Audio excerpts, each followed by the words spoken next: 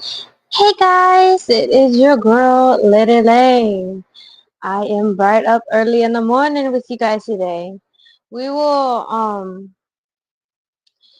what I'll be doing today is just finishing up the book that we have for the book club. Finishing book club book. Natasha the Haunting by Natasha Preston. Kentucky? Yes. I will have to rearrange.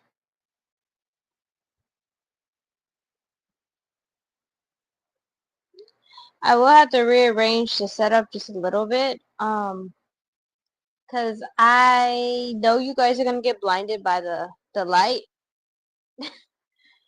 unless I'm like sitting right here. So I'm gonna have to like just move you guys a smidge over here and downwards probably. Mm, Try to make sure you guys can see.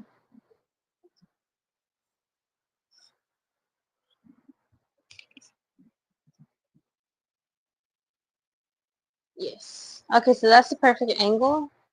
Um, Still that light though. Hi guys, how you doing? Jokes aside, that light is really bright. Um, I can move you guys, but I really don't feel like it. So what I'm gonna do is just do it this way. I mean, if I stay right here, it's perfect. The lighting is perfect, y'all. But I don't know about y'all, but I don't. I mean, I can stay right here. You know what? I can read right here. Just let me tilt this down a little bit more. Yeah, I can read right here. Yeah. Let's do this. Let's do this, y'all. Okay. Um but yeah, I can read not I'm not gonna be as close up to the camera like this, but I'm gonna be like right here. I'm still iffy about that lighting though. I have to be like right here for you guys not to get blinded. Ugh, I don't know how I feel about that. Okay, hold up guys.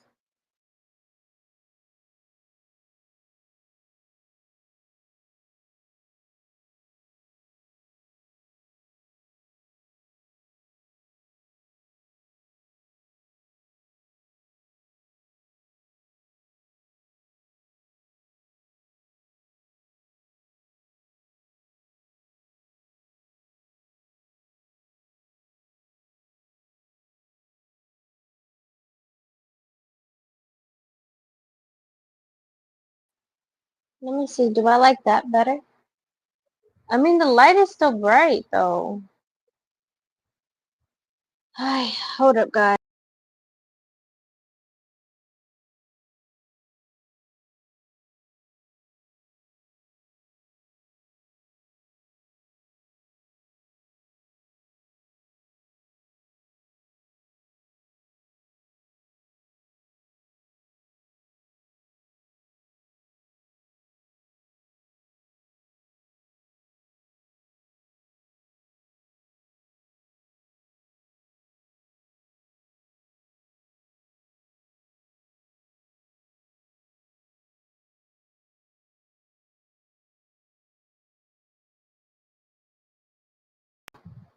I am back. Okay, so I might just have to keep it right here. Uh, I mean, you guys can see me. It only really works when I like stay right up here, because then it's perfect lighting if I stay right here for you guys. But that's gonna hurt my back, so I'm not doing that. Let me just edge this downwards and sit back.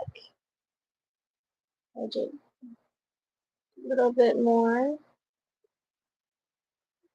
Okay, guys, this is as good as we're gonna get. I do have somewhere to be today, so this is why I had started the stream earlier. I am not gonna go live on Twitch today, just YouTube.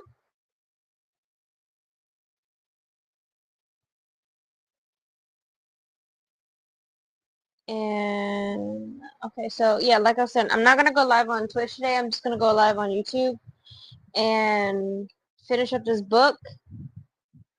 Let me see, do I have to fix anything on the stream?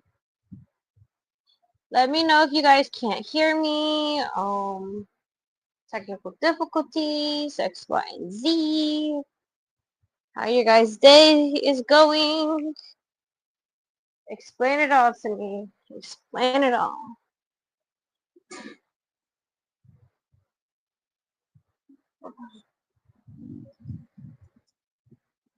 Okay. Yes. Okay. You guys will be seeing some YouTube shorts not too long from today. I'm gonna be editing as well, but I have to I have family time today, so I'm meeting up with my sibling. Let me see. Let me see.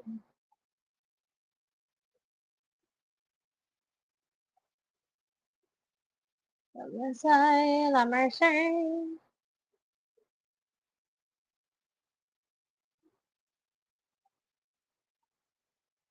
Okay.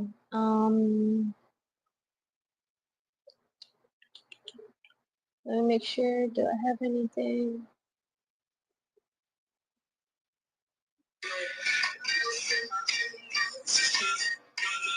Love for the man.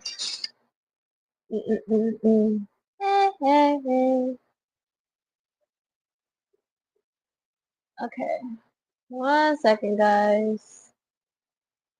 Gotta make sure everything's good. I just hate that there's this big ball of light and you guys can't really see. I mean, you guys can see me, but unless I like just go up and say hello to you guys as if I'm the Booger Monster, you guys can't see me like that. Because this is gonna hurt my back if I'm just all up in the camera like this. Unless I move it. Even if I move it.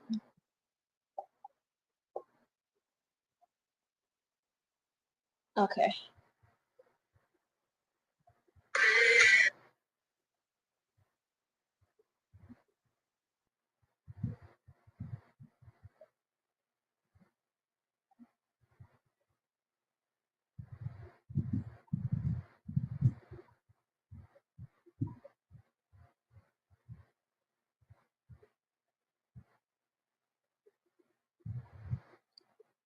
Okay, let me see. Stream good, stream good. Okay, so it's healthy. Do it for the fam. Mm-hmm. Oh, oh, oh.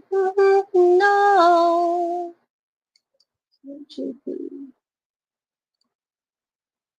Well, yeah, while I'm trying to figure things out on this side, how is everyone's day going?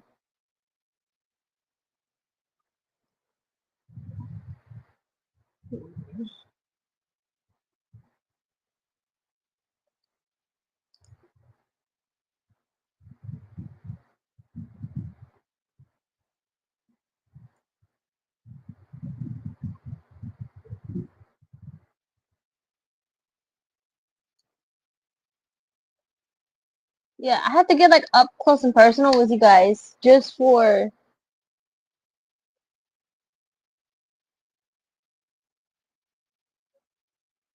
Like,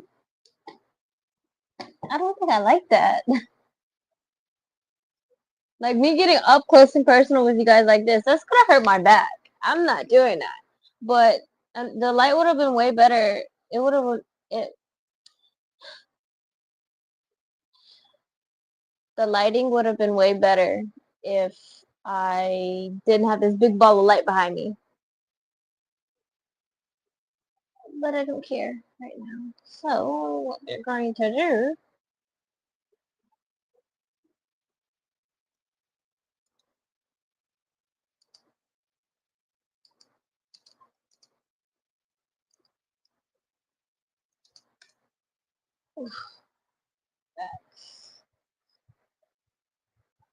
But yeah, how's everyone's day going? Got it from a homegirl, got it. Do it for the man. Oh, oh, oh. Don't let you know. Oh, oh, oh.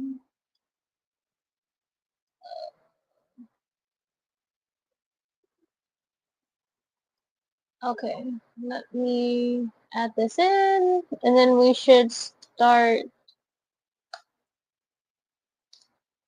We should be starting up in a couple minutes. Wow. Do it for the homegrown. Also, if you guys have any recommendations for books for us to read during the streams, you guys are welcome to. The only thing is, I can tell you now, um, I have like very small patience for books that I know, let me see. I still think, let me see. I'm still trying to figure out. You for a homegrown, got it. Man. Yeah, I think this might be better. But you guys still have like... What does it look like? I'm just like some celestial being. Because, you know, the big ball of light around me. Jokes aside, guys. So, yes, it is your girl, Lady Lang. I am going to be finishing up The Haunting by Natasha Preston today. I don't know how I like...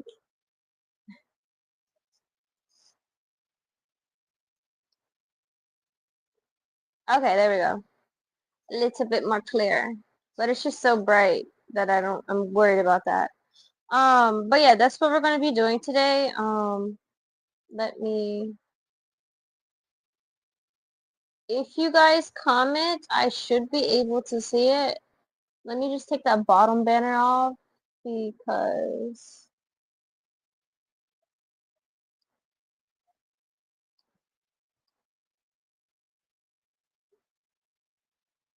Do it for the fam. Oh, oh, oh. Love of the fam. Got it rich and homegrown.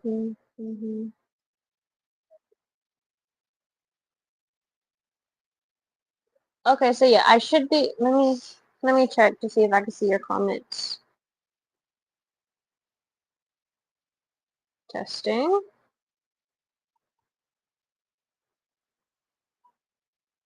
No, I can't see it.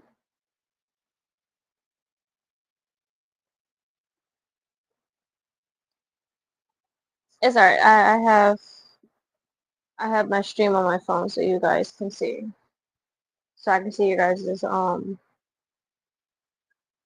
thing. Now I normally like to listen to some background stuff. Background music, background gameplay.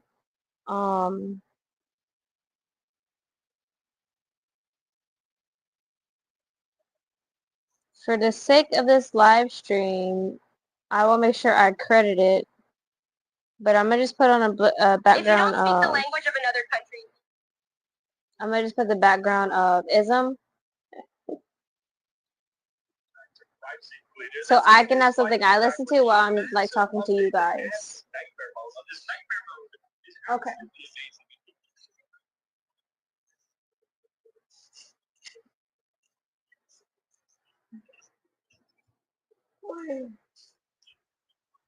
Do it for the fam.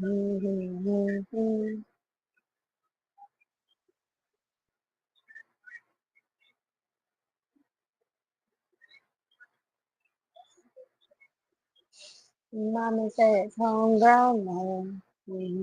Do it for the fam.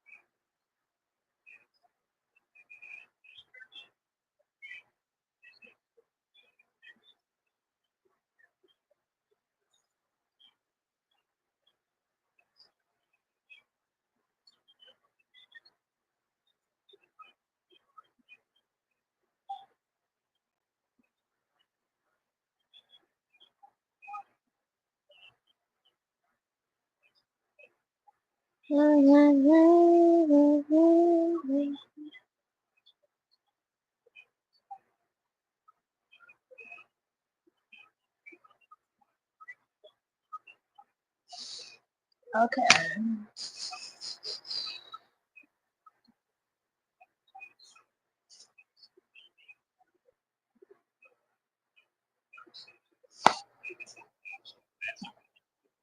Cookie. 1 second, guys. Let me get my agua.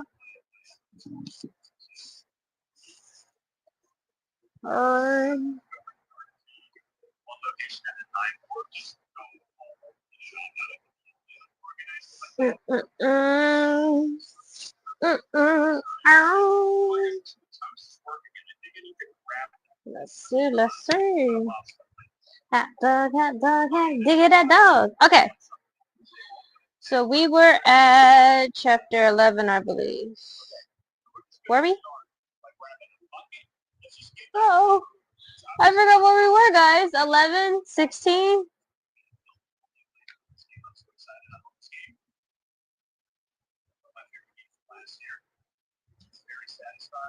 13?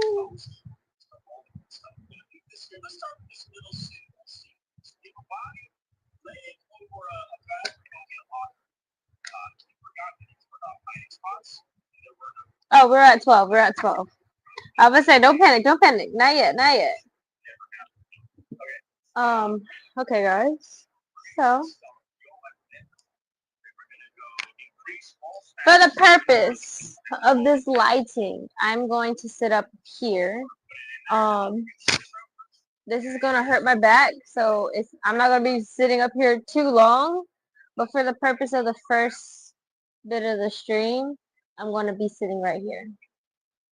I don't know how I feel about. Is it blurred to you guys? Or is it blurred?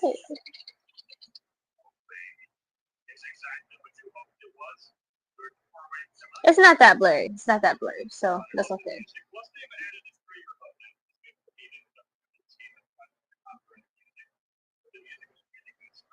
Okay.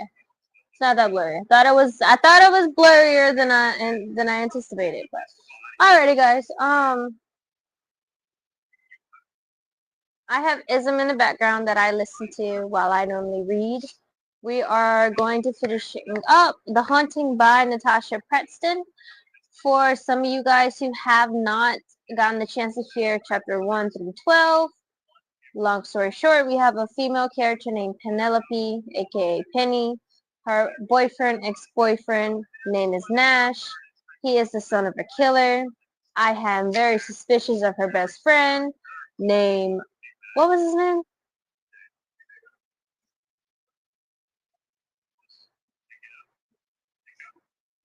Forgot, I forgot the man's name.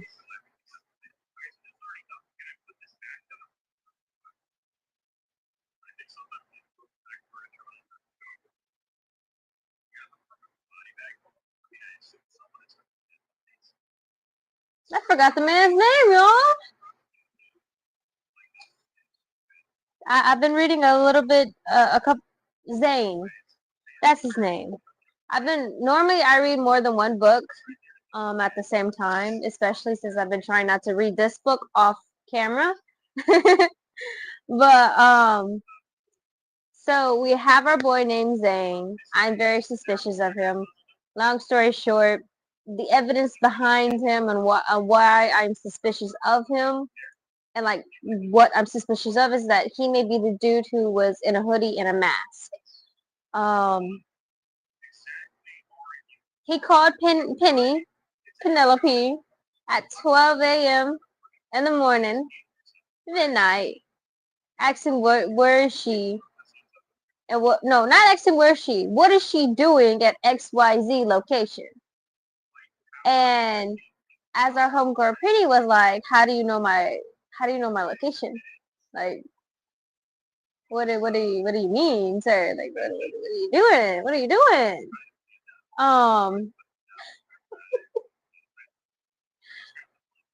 But yeah, that's one reason why he gets very defensive when she talks about Nash and his relationship. I kind of feel like he's setting the stage up for hold up guys. I'm gonna continue talking, but you guys stay here. Yeah, you guys stay right here. I kind of feel like he's setting the stage up for like the real killer to be around the corner. And one thing's for sure is that I'm going to figure out if there's something really suspicious about this homeboy Zane. Um, all jokes aside, though, that's him. She has other people who are also in her corner.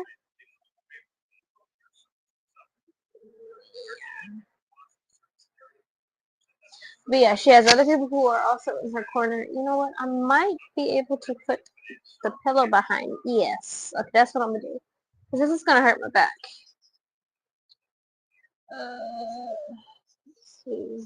I'm gonna take these two pillows. Put it right. Haha. There we go, guys.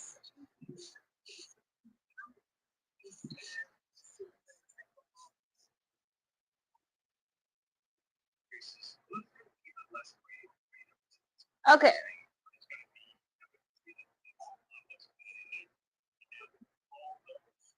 My back is safe. I'm not gonna be walking around like some old lady. Jokes aside, I love the elderly. Um, but yeah, that's basically all the information about Zane.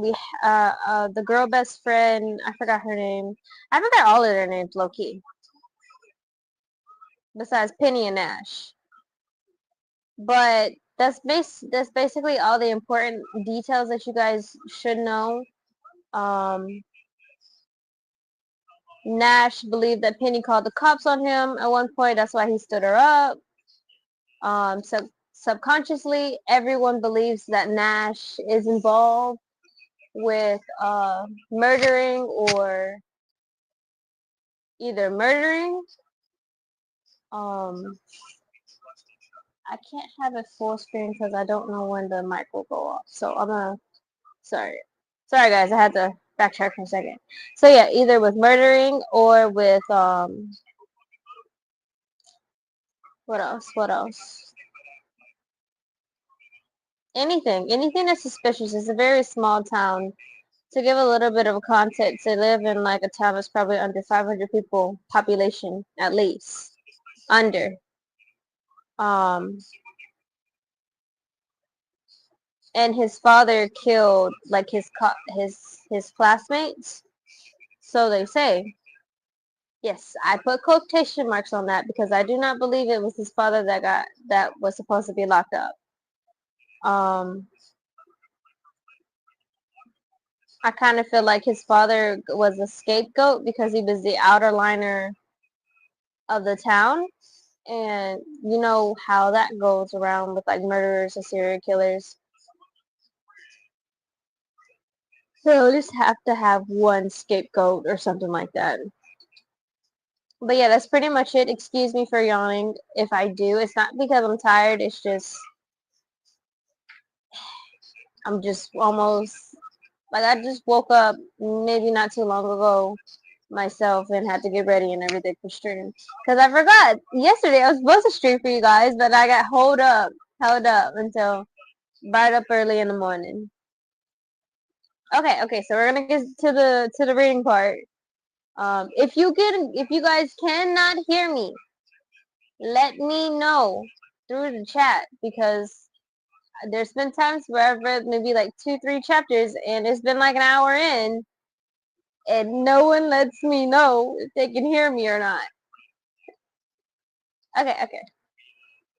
Well, anyways, welcome to our book club, bookworms, my ducklings. And I hope you guys enjoy chapter 12 through, I want to say 27.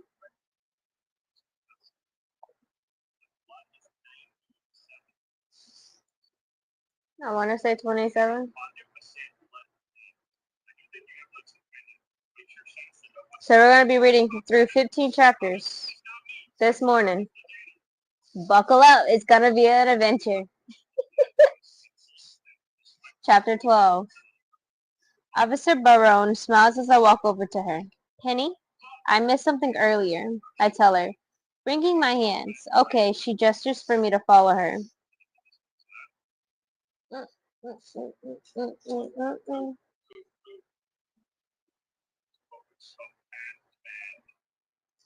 Okay.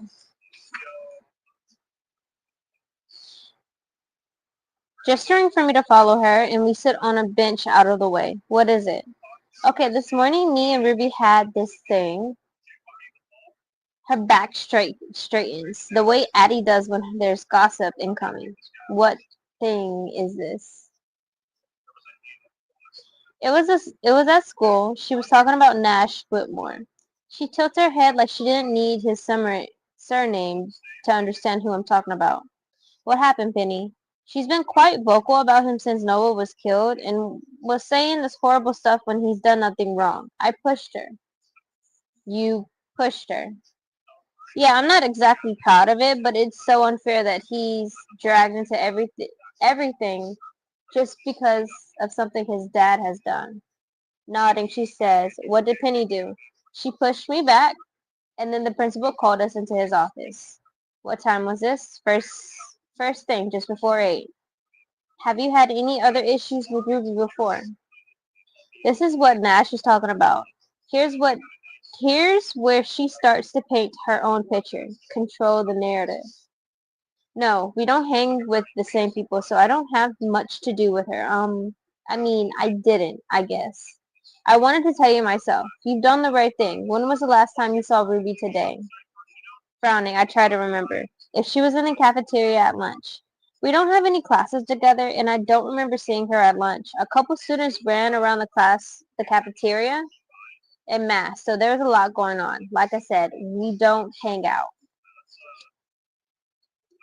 She nods. It's been brought to my attention that Ruby had... Ooh! It's been brought to my attention that Ruby has made a number of TikToks about Nash and his family.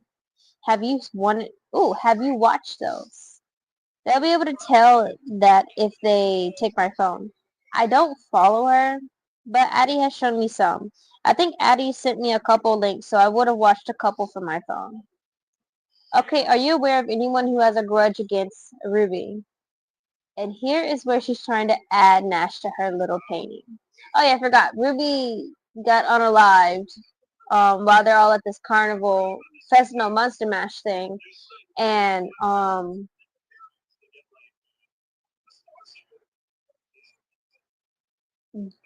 the Jackson, which is Nash's dad, Jackson wannabe, which means that like he has the same mask and hoodie, his memo, was at the Monster Mash. And with him being at the Monster Mash, apparently he touched her, so she was kind of freaked out before she found the unalived body of Ruby's. I forgot to give you guys that hint, that clue. And if you guys are lost at any point, type it in the chat and I'll give you more context, because I do know and do realize that some of you guys have not watched my other two lives before you came onto this one. It's no secret that she's not always nice to people, but to hate her enough to kill her? No, I don't know anyone who could do this. Have you had any recent contact with Nash Whitmore? They'll also be able to check this. Yeah, we spoke after Noah was found, and I gave him a ride home from the station that afternoon. There's no point in lying about taking him home, because if anyone did notice, it'll look bad on both of us. Just like I had to tell her about my fight with Ruby, I have to be as transparent as I can. She nods, knowing that Nash was brought in for questioning. She might have been there. Does he know about Ruby's TikToks? I don't know. We don't send them to him. I do know the answer to this, but I don't know if he'll deny it. If I say nothing, I can't lead him into a lie. She nods again, but it's stiff, like she doesn't believe me. I'm starting to regret telling her this stuff, but she'll find out soon anyways. What time did you leave school today? She asked us before. Straight from school, just before 3, I came with Addie. Is this Adelaide? Adeline? Yeah. Where was she when you found Ruby? We split up. She went off into the maze with Billy. She's behind the hay bales now. Did you leave campus at any point today? She didn't. But our homeboy Zane left campus. And some of you guys have been saying that it's Nash who's been killing people, unaliving people. I'm fully Team Zane on saying that he is the comedic person of doing of all of this interest. Let me make sure. Okay. No, I was late to first period because I was talking to the principal, but I went to every class afterward. I didn't hurt Ruby. I added. I'm not suggesting that you did. I'm just trying to put together a timeline. Yeah, I'm not buying that one. Is there anything else you want to add, even if you don't think it's helpful or relevant? She adds. Nope, that was it. All right, you're free to go. Now, Penny, your parents have arrived. She dips her head towards my parents, who are arguing with an officer by the hay bales. There's now police tape in front of the hay bales, a double wall to keep people out. Thanks, I say, walking away from her and shuddering. Shuddering. What are you doing to protect my daughter? Mom asks. Miss Langley? Langley. Langley. Yeah, that's Langley, but not like ILY. It's Lang LEY. Langley. So yeah, I guess that works. Penelope is quite safe. The young flustered officer says. He looks like he wants to run away. Mom, I say, ducking under the tape, then stepping over the bell. Penny, come on, we're leaving, Dad says as I'm squished to death by my mother. They usher me to my car, and Mom drives while Dad follows behind. The drive is silent, but I can tell she has a lot to say. We thought it was over, an isolated incident. It can't be a coincidence. When we get inside, I curl up on the sofa, watching my phone in case Nash's texts me. Hello, Elise. How are you, girly pop?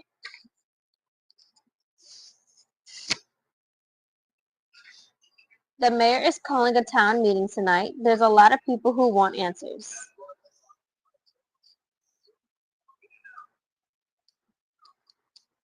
I'll be taking some time off and we'll drive you to school and pick you up. Dad, this is non-negotiable. Penny, if there is somewhere you want to go, I will be taking you. Do you still have your pepper spray? Well, this is just great. Yes. Make sure you have it with you at all times. All right, I breath. My stomach's tightening in knots. Since last year, everyone is hyper vigilant. Dad never takes his gun out of the safe, but it's still there. Neighbors were also getting alarms and cameras installed on their houses. We have an app to view the house. I want to go to the town meeting too. I tell him. Please.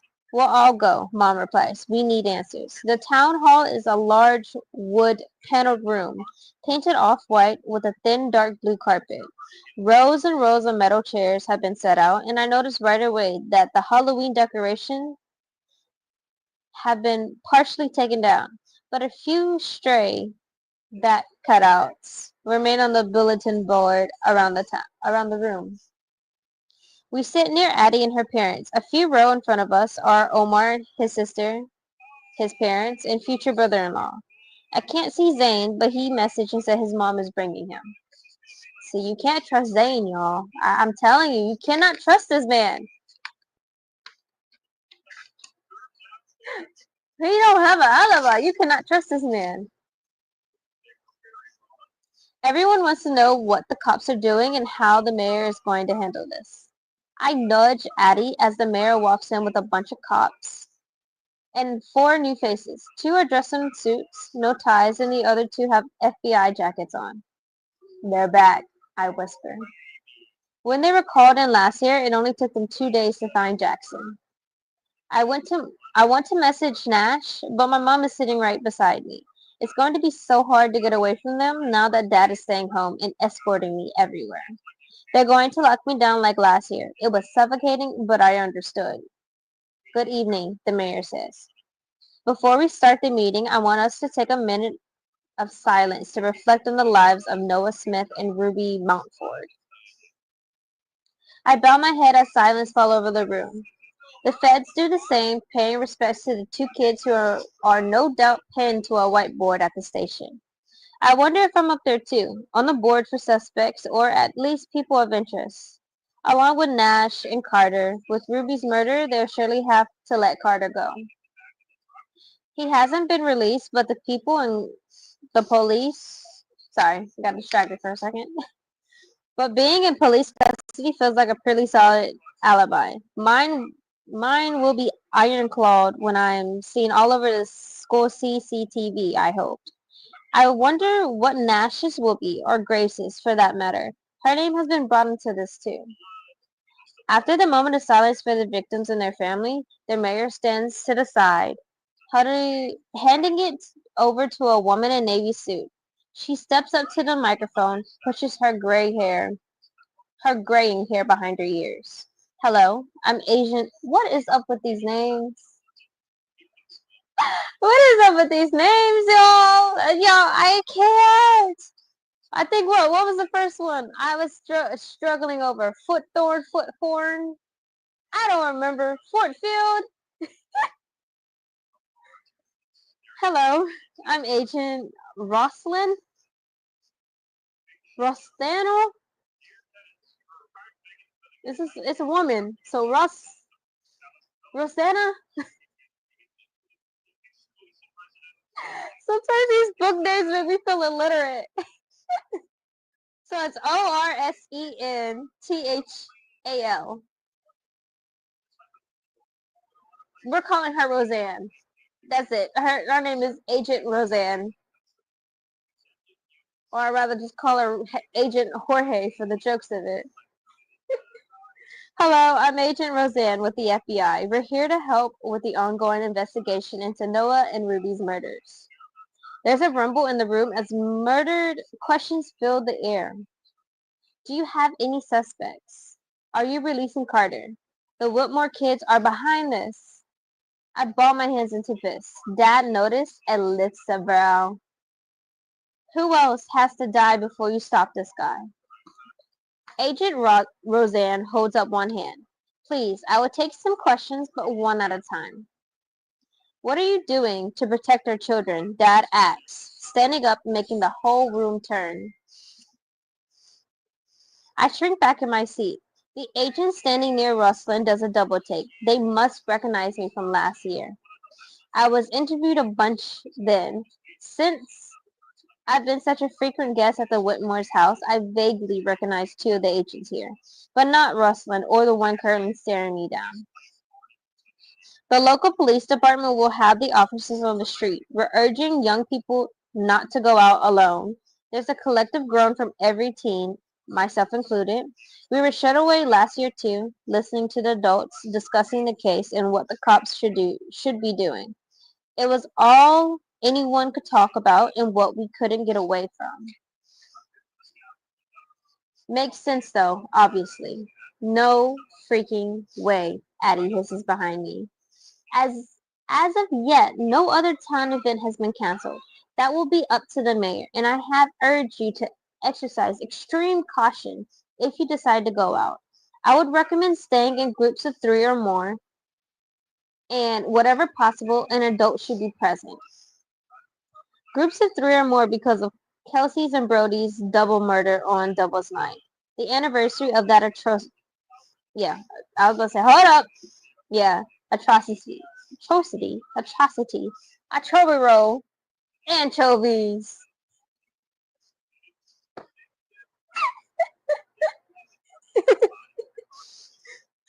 Sorry, guys. I had to make you guys laugh. You know, good early morning laugh for the morning rise. Okay, let me see. Where were we? We're talking about anchovies. Atrocity. Where's the word? Okay, is in 4 days. Carter was in custody. So do you have any more suspects? Zane mom asks. We are looking into that, but I cannot divulge any information. Are you closing the school? The question comes from the back.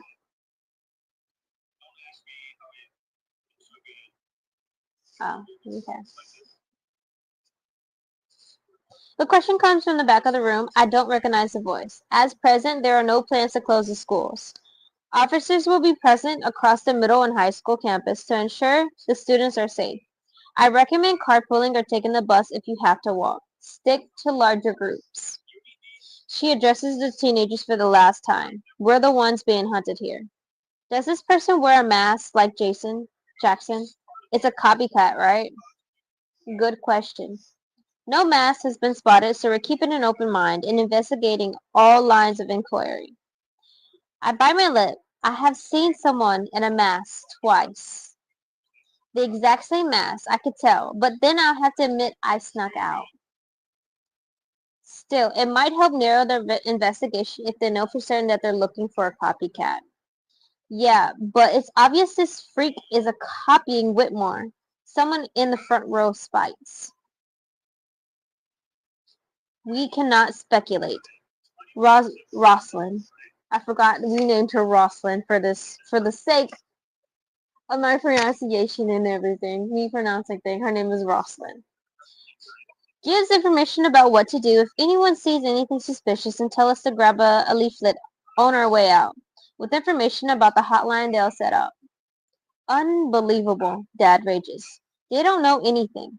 As people start to disperse, my parents and Addie start talking. All 4 of them are animated in their discussion about how the cops are handling the case. Or not handling. Addie and I slip out of the row and find Omar and Zane. Can you believe this? My mom already talking about homeschooling me until the killer is caught, Zane says, shuddering. I'm not allowed anywhere on my own. Dad's working from home now.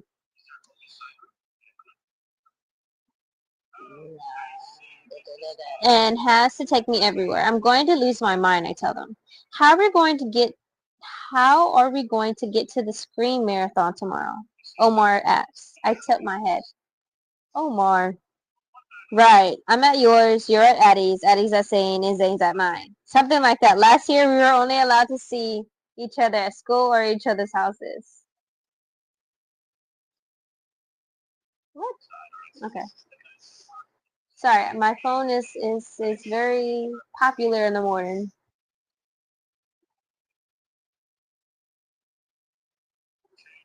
We can use that to our advantage. My parents are freaking out too, Eddie says. Almost banned me from going out. Omar snorts. Snorts. Snorts. Debacle. My dad wanted to move me to another school. Even talked about an all-boys private school. He shudders. I'd rather the killer got me. Omar. Omar, I guess. Eddie slaps his chest. All right, too soon. Did you see the agent looking at you? Addie says, nudging my arm. Because he's doing it again. Don't look. My back is to the agents, or where they were standing when Rosalind was talking anyway. Can't wait until I get to speak with them again. I murder sarcastically. You have to admit, the girlfriend of the OG killer's son finds both body. It's suspicious. Zane says, with zero tact. Yeah, thanks for that. Hello? We turn to see Rosalind smiling down at us. Up close, she looks younger. She either has a crazy good night cream or her hair is permanently gray. It's hard to figure out, even a ballpark of age. Ooh, she full naming her a government name. Penelope Langley? She acts as if she's unsure, but she's looking directly at me. Yeah, that's our girl. I'm still mad at her, but that's our girl. That's me. Are your parents here? She knows they are. Yeah, they're over there. I replied, pointing to where my parents were. Now they're heading toward us. Can we help you? Dad says, wrapping an arm around my shoulders. Oh, by the way, I cannot wait until we get to the last page of chapter 27. Because I did a little sneak peek. A smidge. I was looking to see how many chapters there were. And I read something. And I cannot wait to find that. They need to hurry up, guys. Okay. Hello, Mr. Langley. I would love if I could speak with your daughter. In what capacity? We have some questions, that's all. I already told the cops everything I know, I say. Rosalind nods, smiling warmly and trying to look like she doesn't suspect me at all. Despite being innocent, it's really freaking scary having police and the FBI asking you stuff. I've done nothing wrong, but they make me feel like I'm guilty. My friends watched with wide eyes. Addie was with me when I found Noah, and Zane was with me when I found Ruby. Shouldn't the feds talk to them as well? I appreciate that, but it's helpful for us to hear it from you, too, Penelope. Penny, I corrected. People use my full name when I'm in trouble, so when the freaking FBI agent use it, it makes me more nervous as hell. Penny, she says, would you prefer if we talk here once everyone has gone, or I can come to your house? Here, Dad says, we can wait. Rosalind nods. I appreciate that. As she walks off, Zane scowls. She could read your statement. I shrug. It's fine. As people filter out of the hall, I stay behind stressing internally. Okay, I thought that said interest for a second. Stressing internally with my parents. I'm trying to pretend that this is no big deal, so the feds want to talk to me. Doesn't mean anything, right? My fingers drum on the edge of the chair I'm sitting on. You should do that on your piano, Mom says. You've not practiced for a little while. Since my first music instructor told my parents that I have a natural talent for the piano, they have really pushed it. Piano used to be the thing that grounded me if I was having a bad day. All of my worries and anxieties would disappear with the first touch of the keys. That doesn't work anymore. Nothing does. Rosalind catches my eyes across the room. She moves in my direction, and I'm glad that she's interrupting. We don't need to have this music conversation right now. Penny, can I ask you again what happened on the morning of the Sunday? Why they wrote it like this? What happened on the morning of the Sunday, the 24th?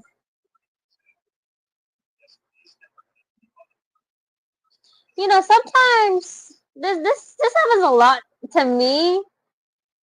It might be because I know a lot of languages, but there be some days that English is not Englishing to me when I read it, because there would be certain ways that I be reading it that I'm like, I know that's correct, but it sounds wrong.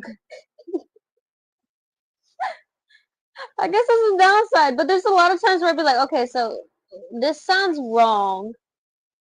Am I saying this right? Am I reading this right? Is this written right? Is this a typo? Like, there be many times that I have to like think about it and be like, wait, you know, English is your first language. Like, how can you not know if this is right or wrong?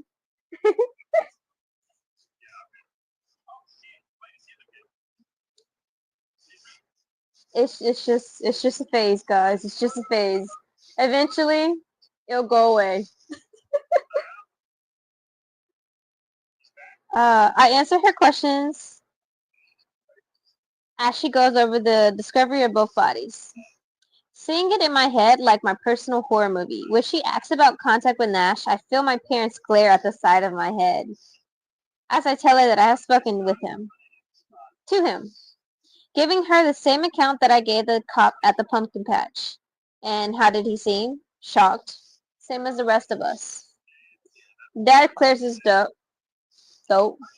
throat, but doesn't say a single word. Mom and Dad loves Nash. He was over my house as much as I was at his. Jackson murders scared the crap out of them. I spent so much time with the serial killer, and they suddenly didn't want me near Nash. And you were the one to tell him about both murders? Definitely. Definitely Ruby today, but as you know, he was in town the morning I found Noah. He might have known something mysterious was going on. Do you speak to Nash much anymore? She sounds like she's asking a friend's mom now, and not as a cop. Nash and I don't really talk anymore, I say, looking down at the ground. I gave him a lift home from the police station the day he was questioned about Noah, but that's it. Why is that? Girl, that's her man. Like, even though that's her ex-man, quote unquote, to you guys, that's her ex-man, but to her and him, they never broke it off officially, so that's still her man. She still has feelings about him. She would not get upset if she didn't have feelings about him. Oh yeah, so she went no contact with him for 6 months before all of this started happening. And she finally sent a message to him when she saw that he was in town. So that's why I don't like her right now. She hasn't got no character development yet. No character development. Not yet, not yet. Because no one seemed to understand that he's not his dad. He and Grace were shunned.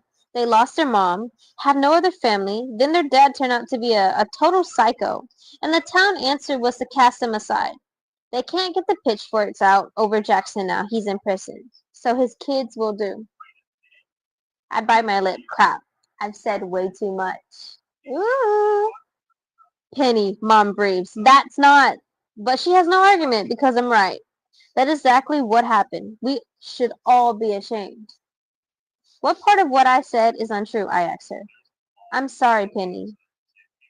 Has had an awful shock, she says to Rosen. I forgot what we named her again. Rawson. Roseanne. Rose. Ro. Her name is Ro. Not at all. Thank you for being so honest with me, Penny.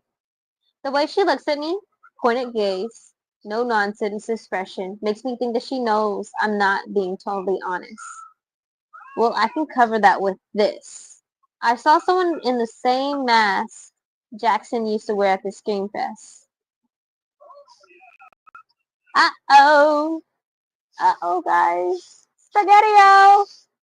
Why she telling all the business, though? Like, I'm not even saying, like, she shouldn't.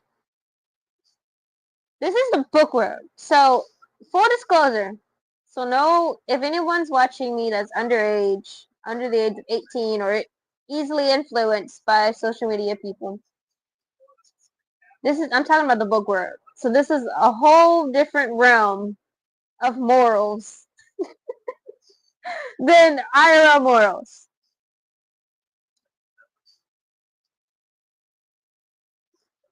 If she thinks it's Nash, low-key in the back of her mind, why would she say that she saw a Jackson mask dude?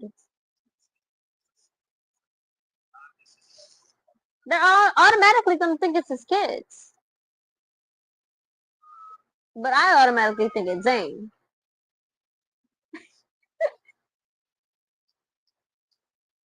Okay, Rose, yeah, her name is Ro now. Ro back straightens. Mom and Dad's gas at the same time. Penny, you never told us that. Mom is furious. Her jaw is tight like she's trying not to show her anger in public. If we were at home, she'd shout and ground me. Whatever. Is that opposite the pumpkin patch? Ro asks. Yep. Why didn't you mention this before now? I wasn't sure. There was this bit in the forest where like 20 masked people do this crazy, creepy thing. Robotic dance thing around you. They were all dressed in black and had white masks. Had their masks all had black rings around the eyes and were slightly longer. A bit like Ghostface. Then I saw this other one, plain white, just like Jackson's. But no one else saw it. It might have just been what they were supposed to wear. So it was similar to Jackson Whitmore. No, not similar. It was the same one. I mean, maybe not his, since they were taken, but you get it. That mask isn't one I will ever be able to forget. Nash and I found one in Jackson's workshop down the back of the loose dry ward. Yeah, I think this is a typo, y'all. Dry ward? W-A-R-D? Dry ward? Not wall. Ward. Okay. We're gonna skip past that then. Nash was getting rid of his dad's tools, and I knocked a bunch of wood over that was stacked.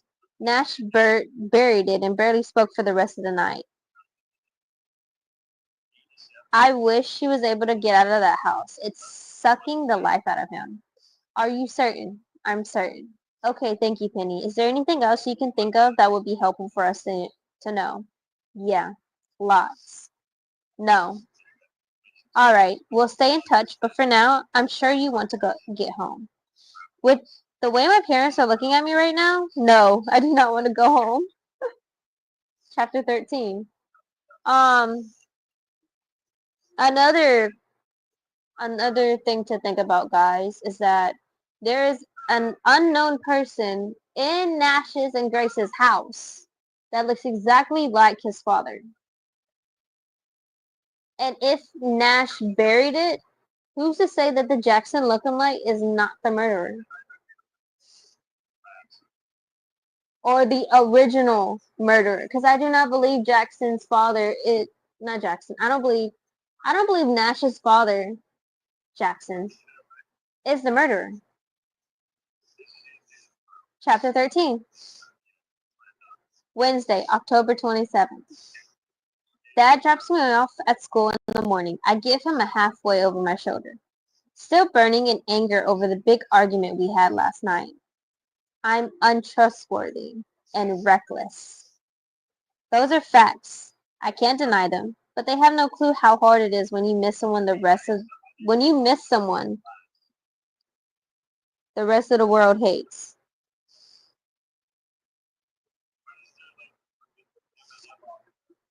See, this is what I mean. I know that's correct. But it sounds wrong.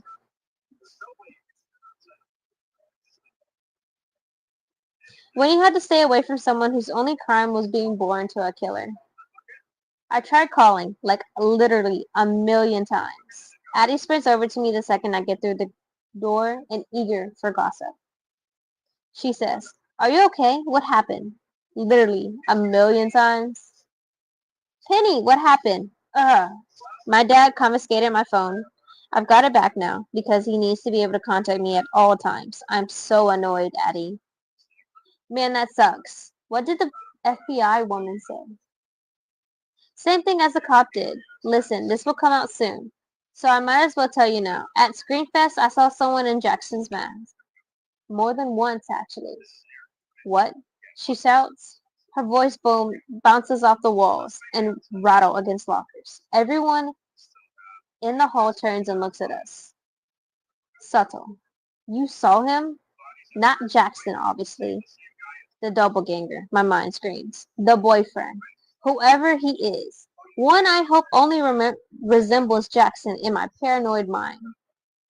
I should have told Ro about seeing someone at Nash's farm. I also should have told her about the other sighting of the mask and the fact that Nash was at the pumpkin patch too. But I'm a reckless liar, so there we go.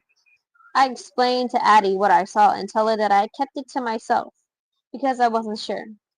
Also, I didn't know if I was going crazy. She listened silently for the first time in her life, with her jaw almost touching her chin. Oh my God, she whispers over and over as we walk along the corridor. The decorations are still up in school. Bats everywhere. Cobwebs spread across every bulletin board. This is really happening, Penny. When do you think the cops will say this is an official copycat? I shrug. She didn't exactly give me the inside scoop. I don't think she likes me much. I got bad vibes. She thinks I'm hiding stuff. What stuff? Lowering my voice, I say. The driving Nash home and arranging to meet him stuff. Zan was supposed to tell you, but then Ruby slipped his mind, I guess. I'm so flippant. Flippant? I'm so flippant. Flippant. Flippity floop floop. Fruit loops. Totally over everything. Addie blinks heavily 3 times. Her pale eyes, full of so many questions that I know she will want me to answer. I don't even know what to say or where to start. What the hell, Penny? Why haven't you told me all of this? I can't believe you've seen Nash. You talk a lot for someone who doesn't know what to say. Penny, she grabs my arm, dragging me closer to her. How was Nash? Hurt, scared, lonely. Her eyes drift, the look of guilt, I know it well. Does he have an alibi for the murders? He was home with Grace, I tell her. I just hope that's enough. I hope so too, but Grace is his sister and would cover. When did you arrange to meet him? I want to come.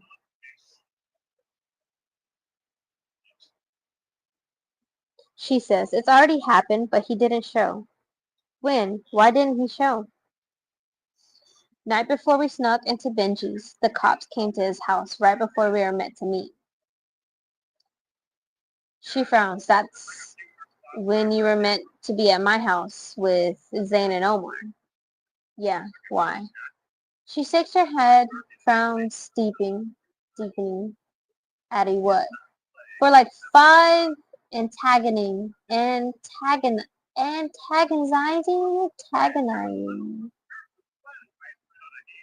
antagoning. I'm over words at this point. Seconds. She says nothing. Her mind put things together like a puzzle.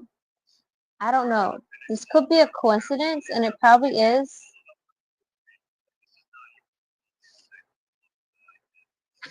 I fucking knew it, guys!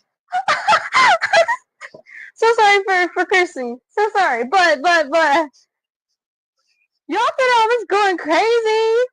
Well, not all of you guys, but some of you that I personally know that are watching right now was T Nash. Let me read this out so you guys can hear. I don't know. This could be a coincidence. Ain't nothing a coincidence in the book world, honey. And it probably is. But Zane was on his phone the whole time he was at my house. Then kind of rushed off.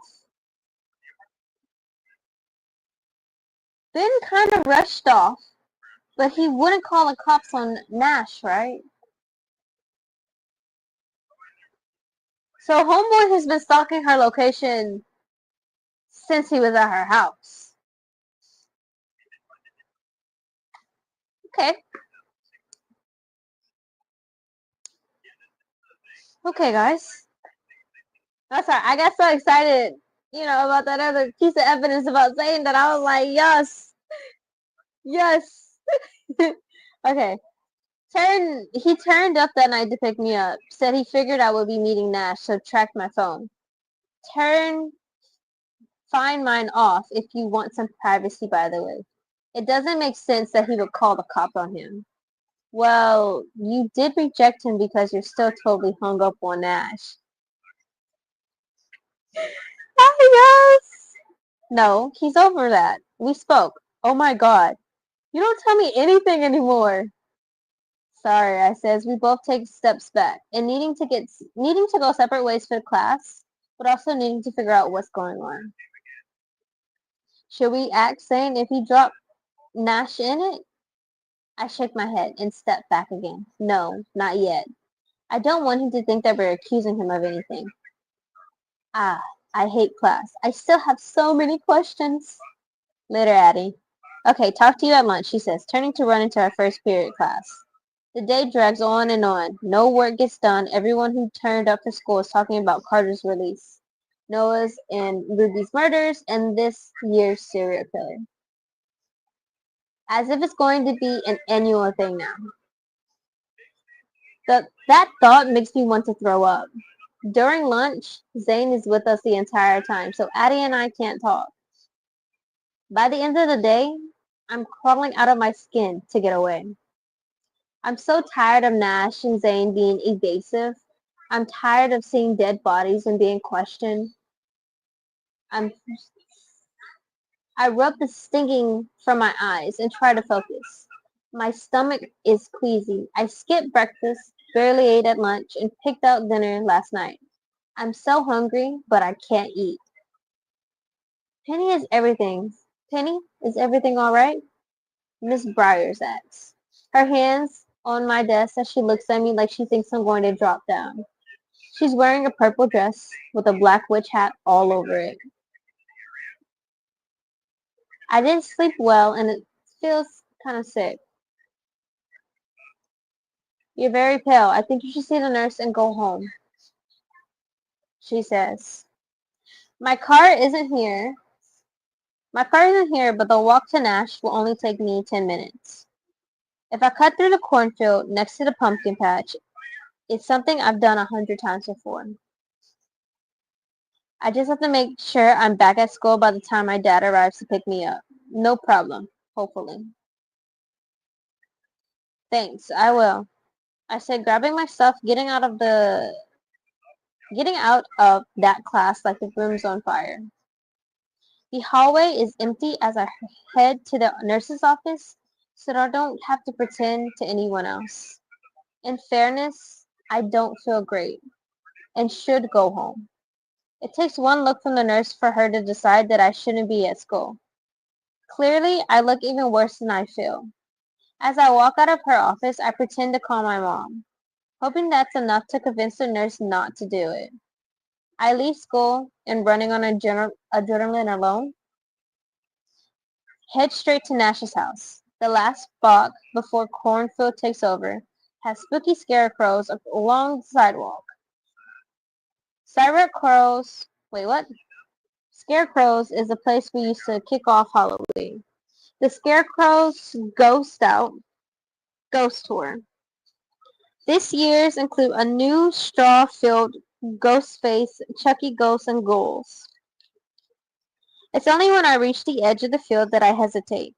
Walking down Scarecrow Row used to mark the beginning of a trick-or-treating this year. This year, it might lead to my death. Town is behind me.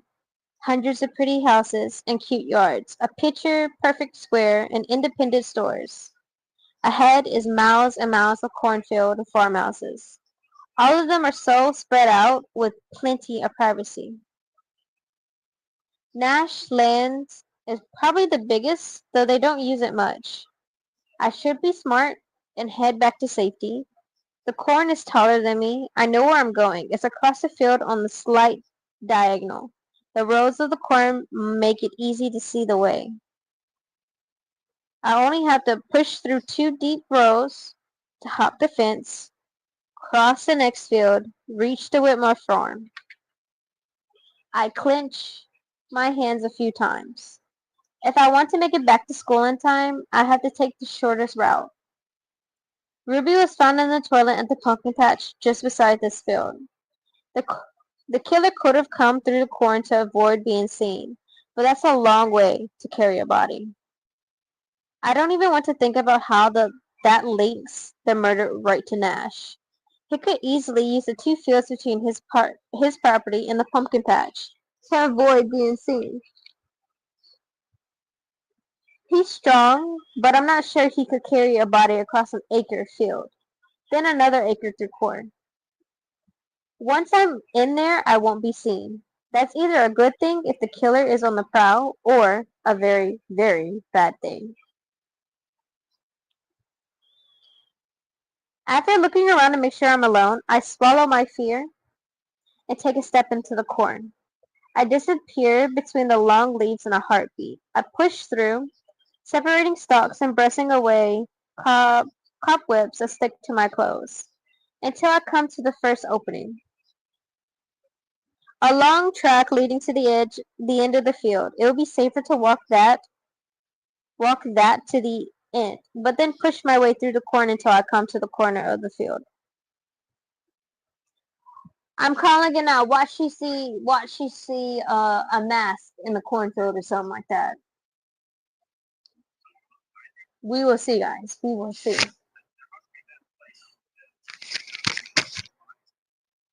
Okay.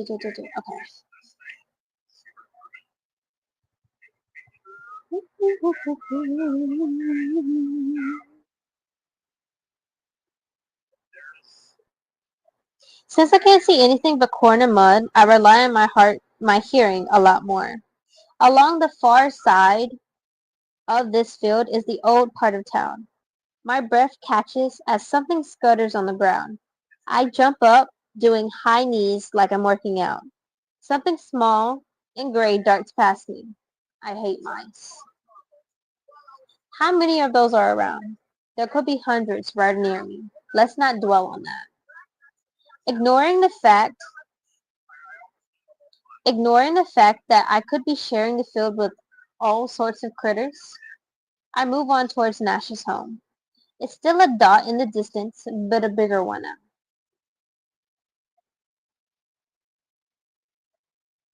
He's be- he better be in. Basically, she's saying he better be at his house. I'll call, but I don't want to give him the chance to ask me to stay away. Ask you? You mean tell you? That man has full rights to deny you access to him in his home, in his time. Like you denied him access to your contact for 6 months. Yes, guys, I'm a little bit salty about that. That's our boy, you know. We have to support him, even if he might be a little bit of a little murderer.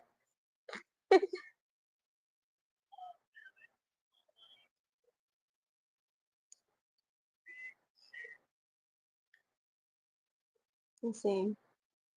The air deeper in the field is thick and hot, despite how cold it's been recently. I don't know if it's that or the sense of claustrophobia, like the field could retract and swallow me whole. That makes me feel faint. My steps falter for a second where I realize that the other noise I hear isn't the tiny scurry of a tiny mouse. It's footsteps. That's a person. in here with me. I crouch down, even though I'm shorter than the corn, and listen. My eyes train on any of the crop moving in a different direction, different way than the breeze. Did whoever out there also hear my footsteps? Had they stopped, like me, to hear better? I take a step back lightly and hitting the edge of the corn. Somehow I have to get deep into that without being noticed or heard. My heart pumps far too hard, making it difficult to hear anything other than my pulse screaming in my ears, warning me to get away. I breathe quietly, slowly, and try to keep any noise I make to a minimum, while also focusing on not hyperventilating. Another crunch flows through the wind, slaps me in the face. I'm not imagining that. Someone else is out here. I scan the corn and find where it parts differently. Ah, holy hell. The rest of it is uniform. They're coming towards me. I turn back and crawl on the ground, hoping the lower I am, the less it will affect the top of the corn. Turning my head, I look back to see how much further I need to go. I can still see the opening for the track, so I'm not deep enough.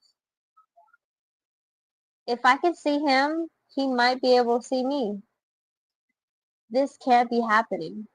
I'm so grateful that I'm wearing dark jeans and my black coat today. I push on, slowly making my way through the stalks, gently pushing them, praying he won't notice. Wait, what? Hold up. Did I miss the sentence where we found out that it was a he and not a them?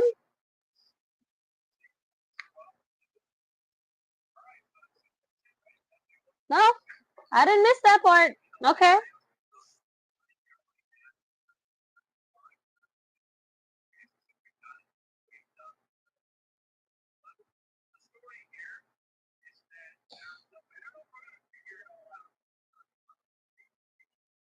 Oh! I push on slowly, making my way through the stalks, gently pushing them, and praying he won't notice. I turn and a scream dies in my throat as something black stands in front of me. The bottom of their cloak is leveled with my face, taunting me. Craning my neck, I look up with my hands over my mouth and swallow a sob of relief. It's just a scarecrow. The footsteps get closer, coming right for me. I shuffle back again around the scarecrow, and my hands sink into the mud. I don't know whether I should move left or right. Will he go towards the old part of town or the road? Corn dust floats in the air, sitting heavy in my throat with each breath. My stomach clenches as the rustling footsteps get closer. Watch it be Zane with his stocking ass.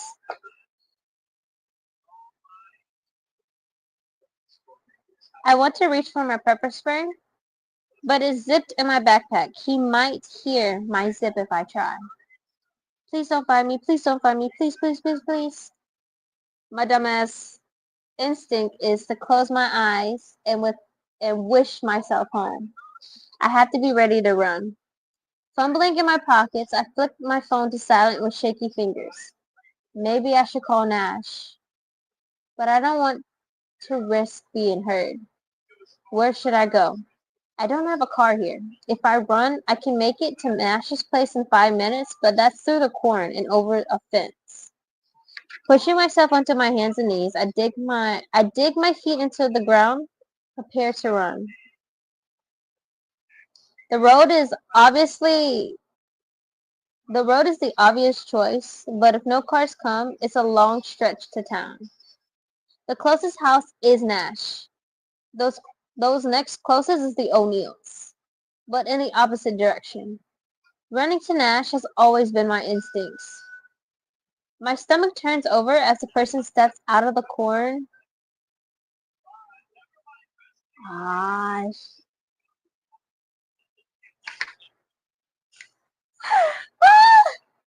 Sorry guys, I'm getting excited.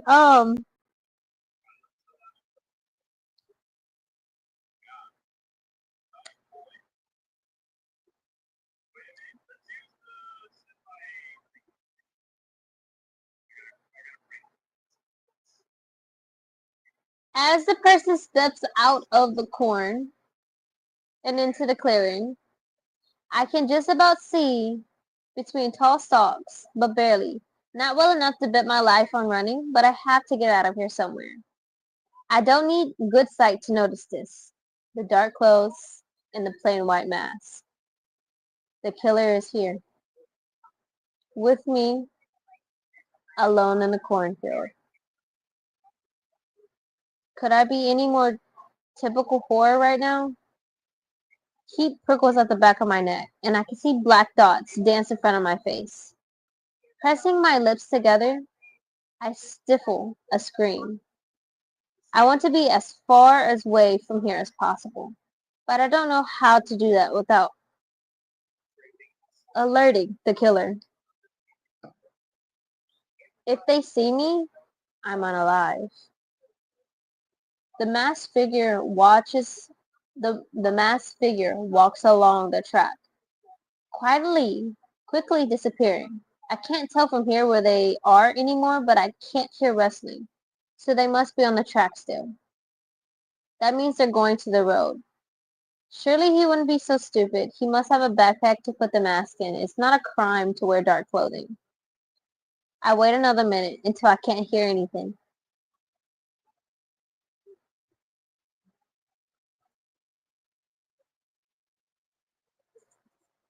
Wait, what?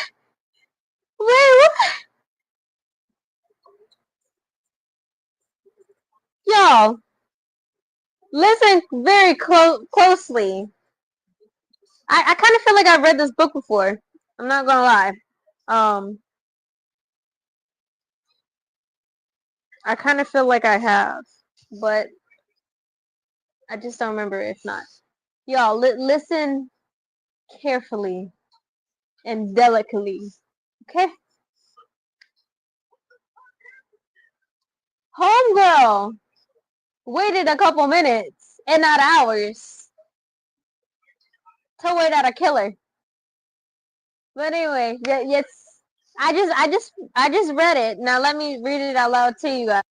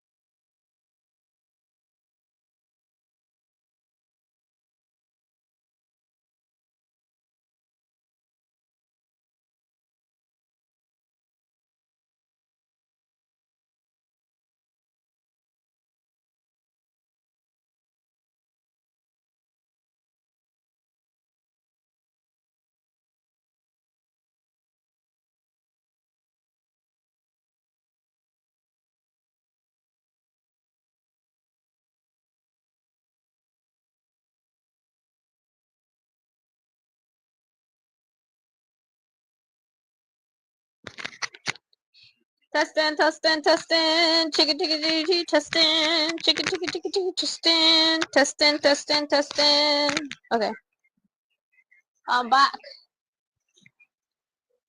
Um, it's getting good, guys. So, I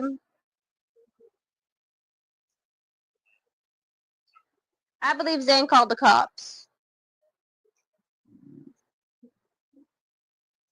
Let me, let me read back to the part so everyone has a chance to hear it. I don't know when it like cut out. With trembling hands, I part the last stalks, poke my head into the track. Nothing. The field is still, silent and peaceful. No sign that there has ever been a murderer here. Breathing deeply, I take another step. My heart stops. The corn ahead parts, and the masked man steps into the clearing. Knife in hand, he faces me.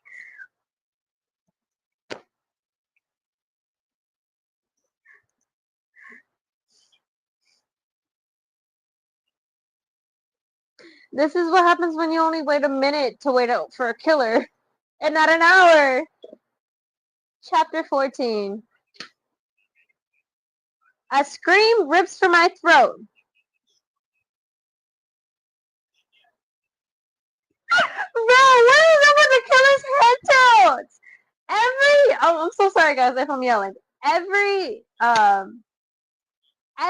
stalker slasher that I've read about before they like take a victim's life, every time they do these little head tilt like, oh, that's interesting. You still think you can run? No. Padang. Like that like it's like the what is it called? It's like a predator looking at prey like, oh, you're so cute. I'm gonna play with you until I catch you. Okay.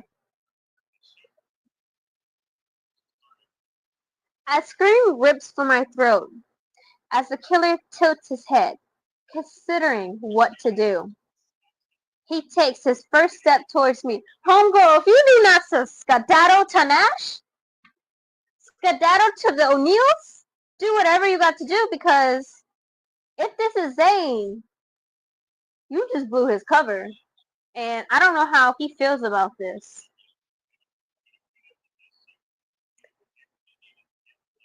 I'm not letting him get another one in while I stand still. So I spin around and sprint along the opening, my heart pounding harder and faster with each stride.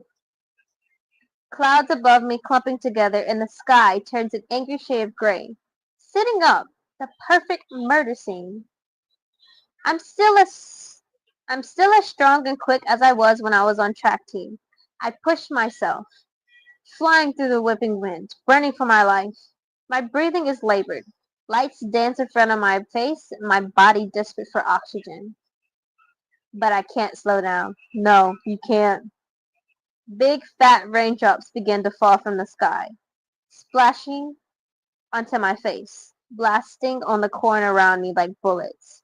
He's not far behind. His footsteps sound right on top of me, but I can't be sure if I'm losing him or if he's gaining on me. We're both sprinting for survival. If he catches me, I'm unalive. If I get away, he's at risk of being caught. Who is it? It's Zane, girl.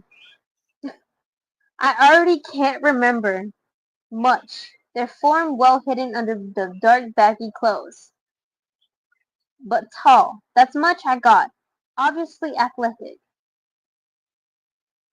I come towards the end of the track, leap to the side, shoving myself through the corn. Throwing it out of the way in an effort to not let it slow me down. My arms whip at stalks and leaves. Corn thumps against my body, bouncing back as I go. Everything aches. Every muscle is torn to shreds. My body spent. And what little energy I have left is quickly evaporating. Nash! I scream, slamming into the fence. I climb the 2 rails and leap over as a hand brushes my hair.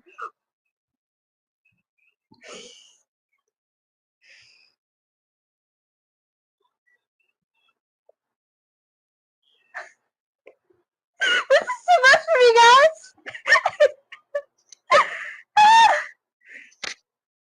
I'm on the edge of my seat. I don't know about you guys. Whew, I'm sweating. I'm sweating. I'm nervous. You know, I've read a lot of books where the female character Can and will be unalived? If so, the Arctic Desire, and the story continues on. So,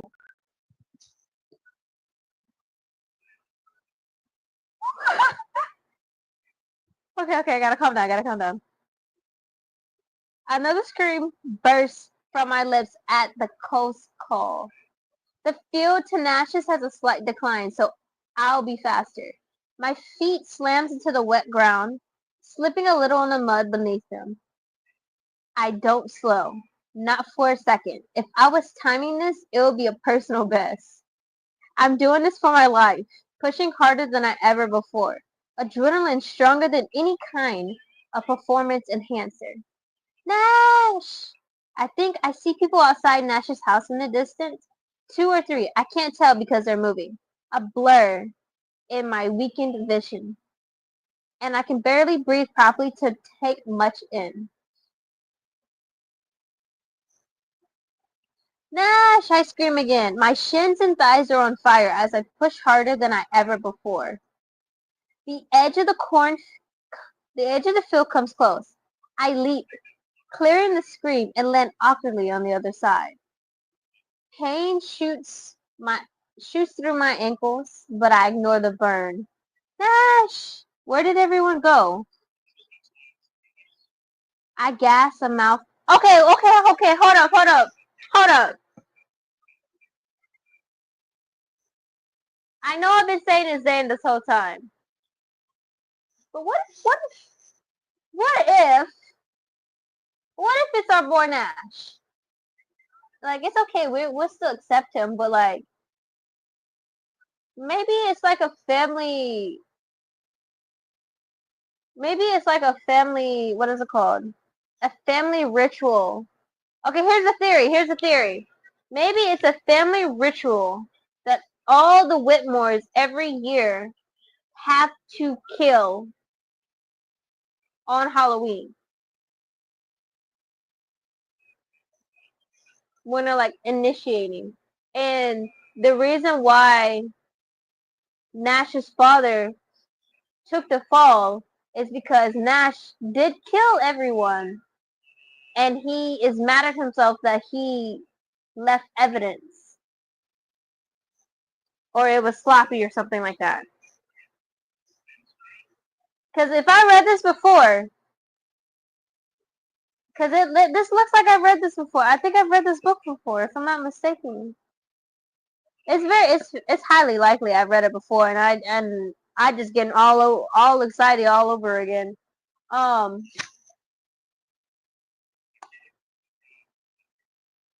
If I read this before, the ending is something similar like that. If I'm not mistaken.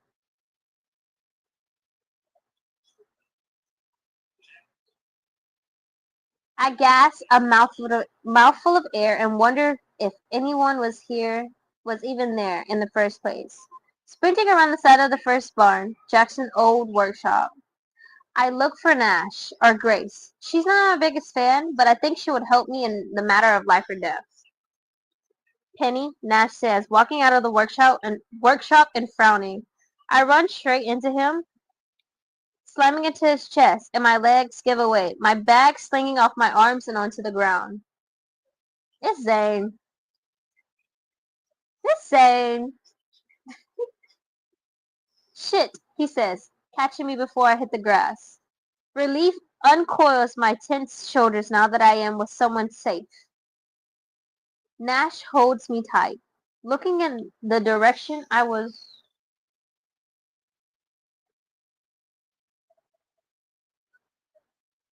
There we go.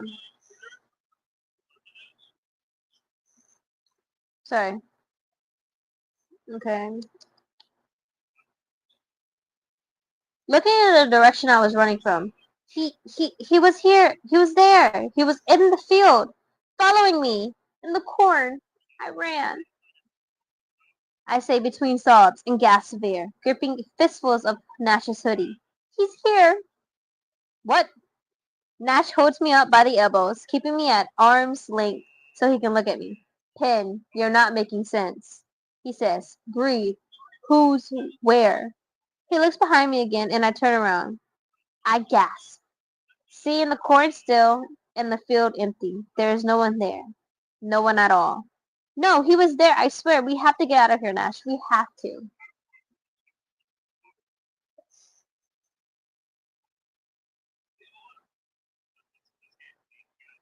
I really feel like I've read this book before.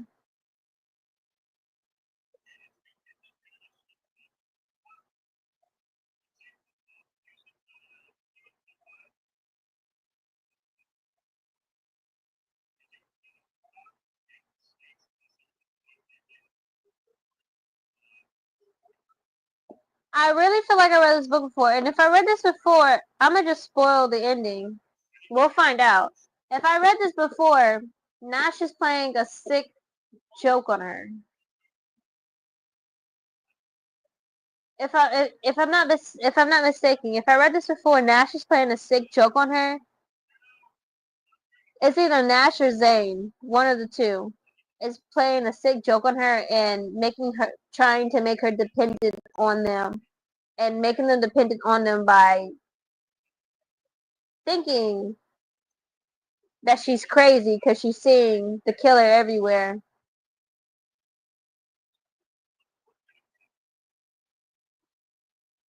I really feel like I read this before.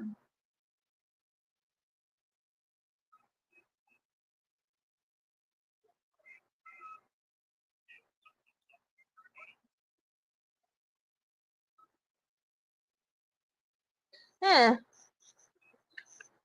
it ain't gonna stop me from reading it again.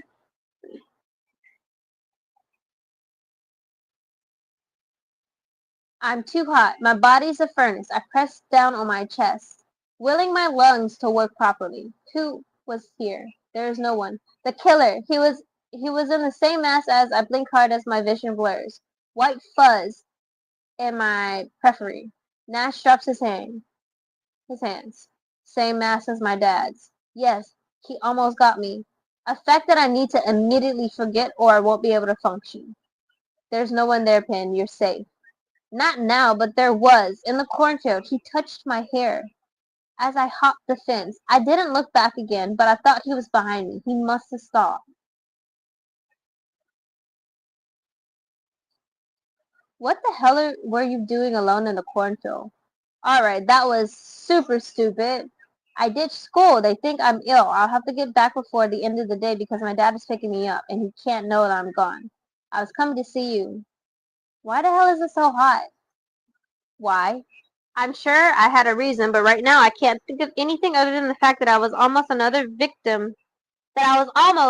victim number 3. Where's Grace? I shudder. She shrugs and I stand straight, holding the stitch in my side. You don't know? She's gone shopping. I didn't ask which stores. Nash car is the only one in the drive, but they have lots of buildings, so they could hide anything. Though I don't know why she would hide her car. No one else is here, I say. I ask, my hands trembling. No. He maintains eye contact. I can't see him clearly, but I still feel like there's something he's hiding.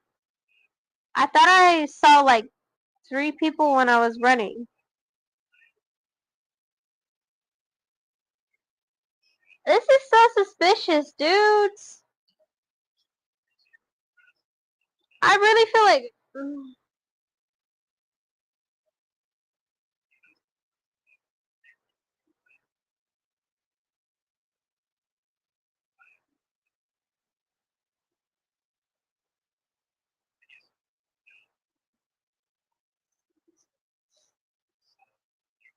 I was carrying some plates to the workshop.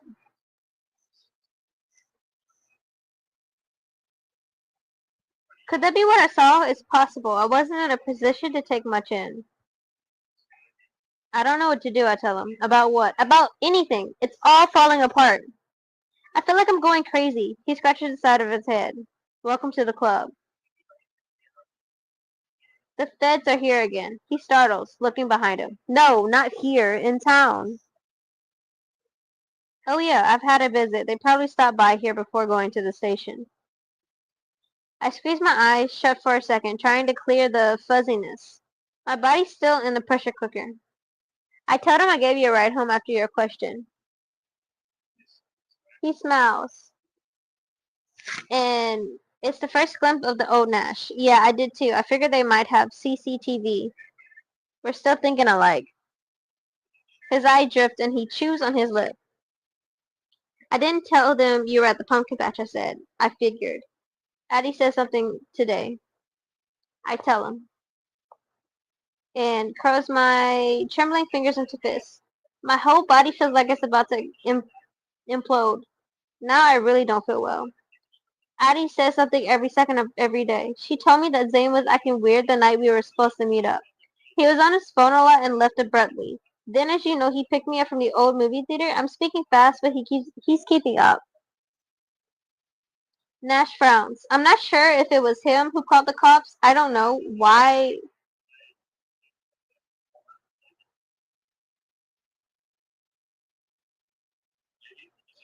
I don't know why he would. To protect you. From what? Me, he replies, deadpan. I don't need protecting from you. Tell that to the town, Penny. I already know you don't. I don't have long. You came here to say that? You could have sent a message. I take a ragged breath and pull on the neck of my top, trying to calm myself down. Everything feels weird, like there are bugs all over my skin and in my stomach. I can't hear or sleep properly. I either get these dots in my vision or it goes blurry. I don't know how to make it stop. And I'm far too hot. He sighs like he's in pain. Let me get you a Coke. A Coke. And in shock, I'll drive you. You're pale and in shock. Okay, yeah, in shock. I'll drive you as close to school as I can so your dad doesn't know you've skipped. Okay, come in a minute. I blink in surprise at the office. What?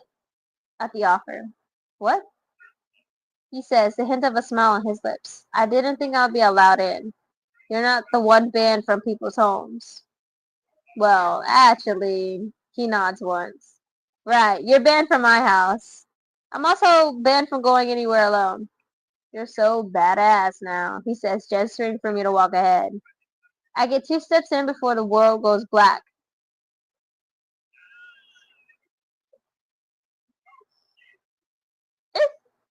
Um, say what? Say what, guys?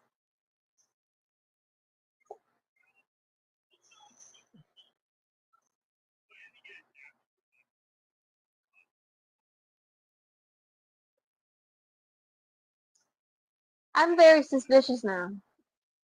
Like, so ironically, she passes out in front of him.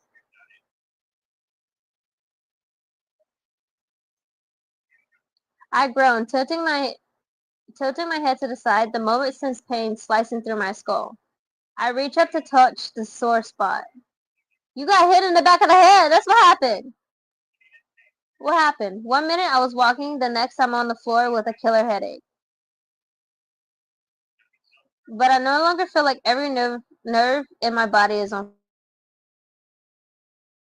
Penny, hey, don't move. The voice so far away. Floaty and pretty. I blinked twice to clear my blurry vision and look up. Nash is leaning over me, eyes dark hair spilling into his face. Are you okay? Don't act like that, Nash. Now you're suspicious. Because if I remember correctly, if this is the same book that I normally, if this is the same genre I normally read, you did that on purpose. You had someone come up behind her, if I'm not mistaken.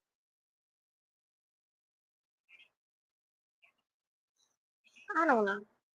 You're suspicious, dude. I didn't do anything special. Oh wait, what happened? I asked, wincing at my fingers find the source of my pain. You're fainted. Is your head okay? I wasn't quick enough to catch you before you fell. Before you fell. Quotation marks, guys. Groaning again, I try to push myself up. Nash's arm scoops behind my back and he helps me to sit. I have a wicked headache, but I'll be fine. Are you sure? You were only out for a second, but you might need to get your head checked. I just fainted. I'm fine. Fainting isn't fine, babe. When did you last eat? He asks. See, skirt, skirt. Pause. Pause. Yes, they were together. That is her man. Yes, that's her man. But before all this happened, no, after all this happened, no, wait, before this happened and this scene, and after her father started murdering people, she ghosted him for 6 months and just said she couldn't do this no more. But they never like officially broke up. So yes, it's the context of calling her babe is still okay, but like if this is the same book that I'm thinking of, that's red flag number 2 because he did this twice. We will continue reading, guys. We will continue reading.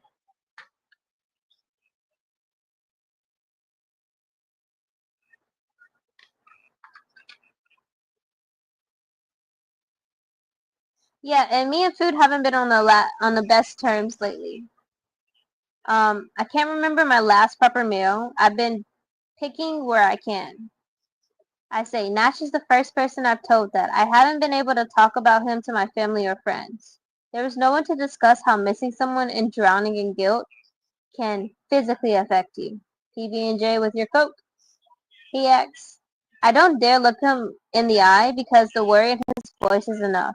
There's no need to see it too. I haven't been taking care of myself and I've had no appetite. Gasping, I reach for my phone. What's the time? It's okay. You really were only down for seconds. I can feed you quick, get you back before school ends. We have time.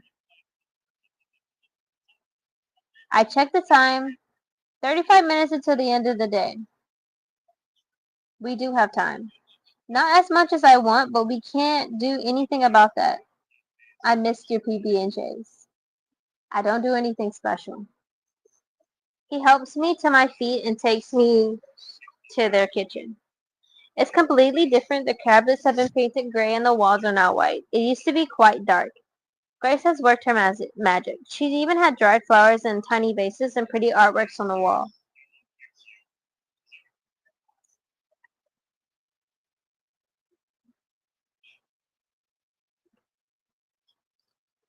Are we even at chapter 20 now I think about it?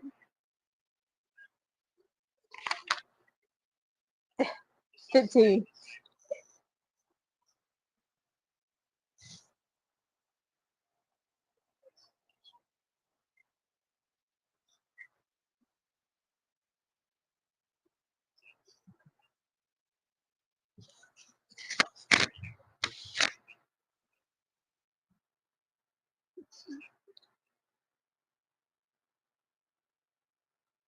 There's a new table and chairs and a massive coffee machine. A picture of their mom sits on the kitchen counter.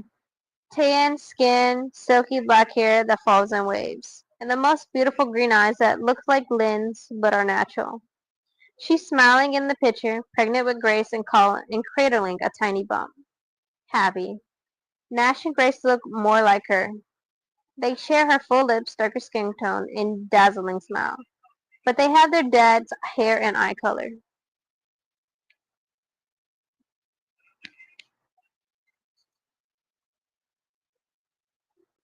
There are no pictures of Jackson anymore.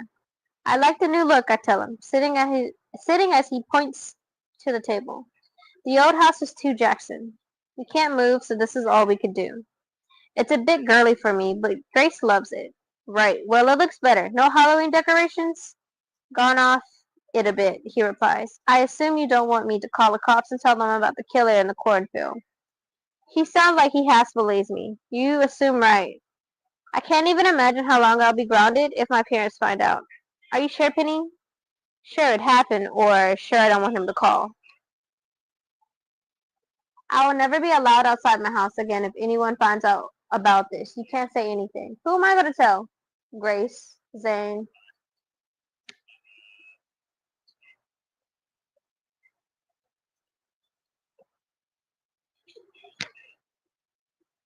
He lifts an eyebrow. You don't want to tell Zane? I thought I thought you'll tell your friends. They used to be our friends. Well, we don't know if he has a police on speed dial. Nash places a sandwich and a can of Coke in front of me. He sits down at the table. You're almost translucent. It's a good look, huh? He's the third person today who said I look unwell. It's not something I can deny. When I look into the mirror this morning, I could see it too. My skin looks the same color as my gray eyes. Eat. He watches me closely, probably trying to figure out if I'm going to faint again. I'm fine, I tell him. Are you certain your head's okay? You hit it pretty hard on the ground. No, it's not okay. You thumped her too hard in the head. He's not slick.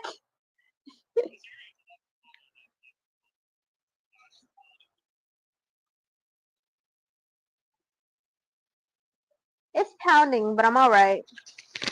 Sighing, he gets up, grabs a box of Tylenol. If the headache doesn't go away, you should see a doctor. Tell them you tripped, make up what you like, but get help. Translation, don't let anyone know you were with me, because I will get in trouble, or because he thinks I don't want to be seen with him. Are you coming to the Scream movie there marathon? I asked after swallowing the last bit of sandwich. That's probably the most I've eaten in one meal for weeks. You must have hit your head harder than I thought, he laughs. I'm serious. No, you're not. I know people gossip, but no one will say anything to your face. Not now that Ruby is dead. Come, it used to be one of our favorite things at Halloween. You were chased by whoever just now, and you want to go out tonight? How are you even going? I would have thought your dad would have locked you on, will have you on lockdown. He thinks Zane and I are going to Addie's. Right. Hey, maybe he'll let me pick you up and we'll both go. I laugh at his sarcasm.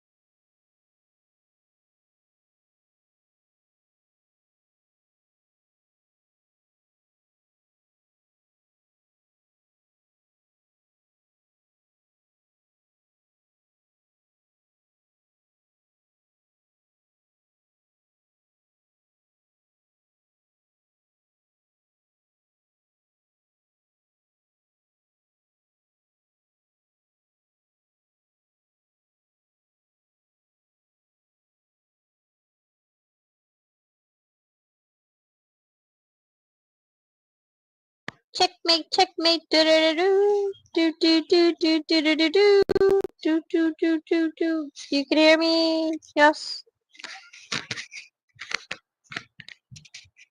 Did I? It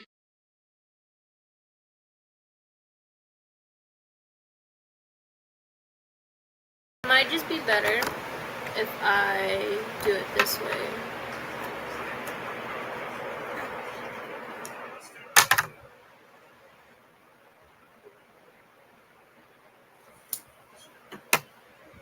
I'm talking pretty loud enough that you guys can still hear me.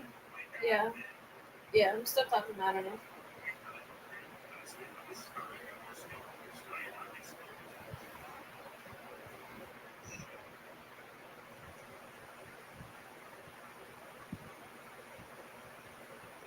Hurt mostly. She's angry with her dad, can't forgive him, but try to understand. It's his fault that our lives are like this. Do you go out much? Outside? Yes. Outside of our land? No. He leans back into the chair. I should take you back to school. Back to school soon. I glance up at the clock on the kitchen wall. The hand half frozen on 7:53. You need to replace the batteries in that. I'll get right on it. Come on, Penny. We'll be cutting it close if we don't leave now. I don't want to go. He stands. How long before your dern?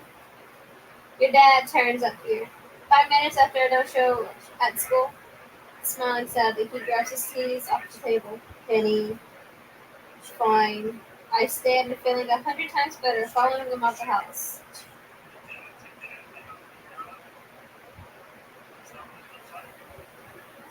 I noticed a bumper. I noticed the bumper of a red truck peeking out of the barn. Grace hasn't gone shopping in what is supposed to be her new car. I get into Nash's truck and buckle in. Will you tell Grace that I can't buy or that you're coming to the movies? No and no. She hates you. She doesn't hate you. She misses you. We both do. Well, nothing that makes me feel worse than if they just hated me. I want to see her too. He drives quickly towards school, taking the back road. It takes a few more minutes, but we're less likely to be seen. He, pa- he speeds past a cornfield, his knuckles turning white around the steering wheel. He almost got you. I'm signing back up for track again. I joke. You quit. I quit a lot of things. Doesn't hit right anymore. Nash excels. Because of my dad? Because I didn't stand up to everyone when they told me to stay away from you.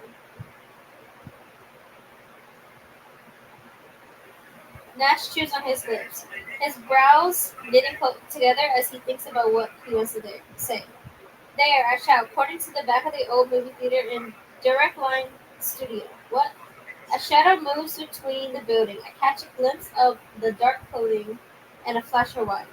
Then he's gone, ducking into the door of Benji's. Hell no. A shadow moves between. The scraping was definitely the metal shelves, but this killer could have been in there too. We were so reckless when we went inside. Nash swerves the car, pulling over the side of the road. What are you doing? I shriek. Drive! Why does everyone want to hang around when a masked dude is out? Stay in the car and lock the door. Gasping, I grab his arm, yank him back as he goes to get out.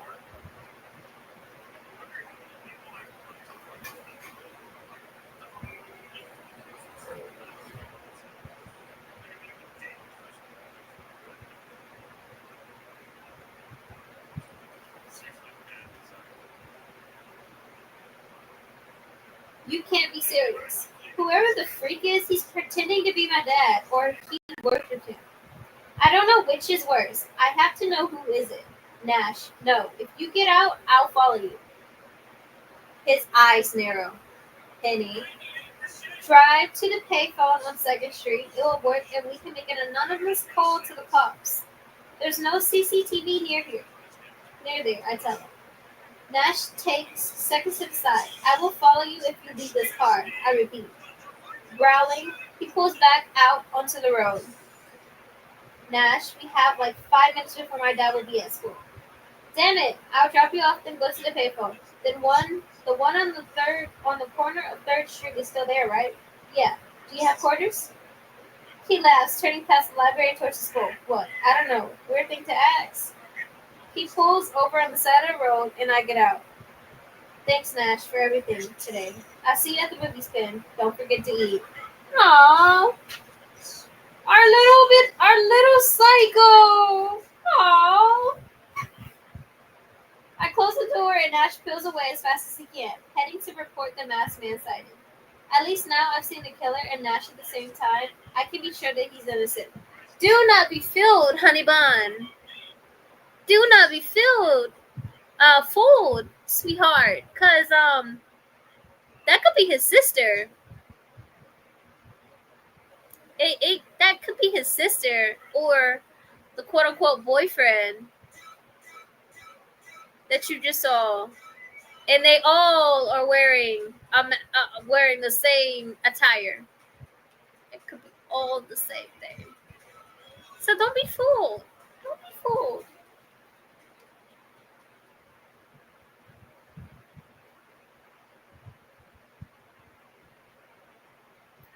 I close the door. Wait. Ha! Ha!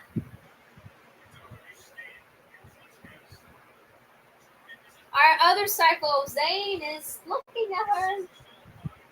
At least I've seen the killer and Nash at the same time. I can be sure that he's innocent.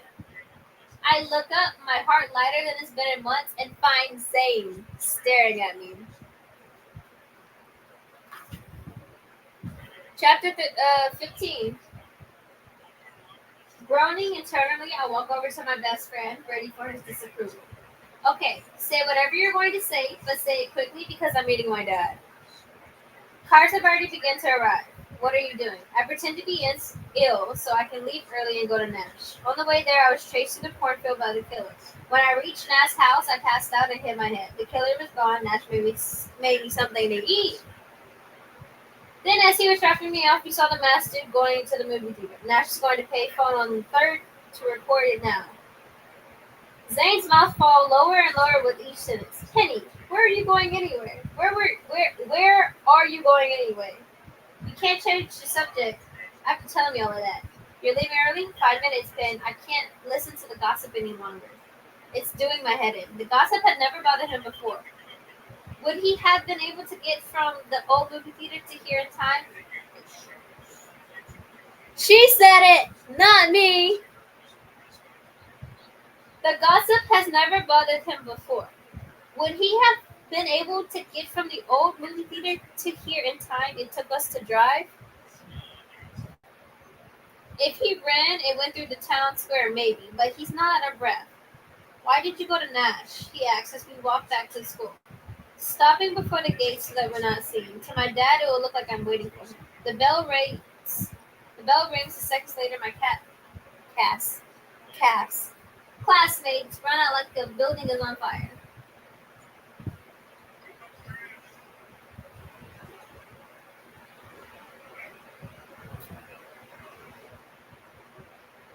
I don't know. I couldn't focus. I just wanted to. I leaned back against the brick wall. Zane leans on the metal gate, and he's coming to the movies. I added.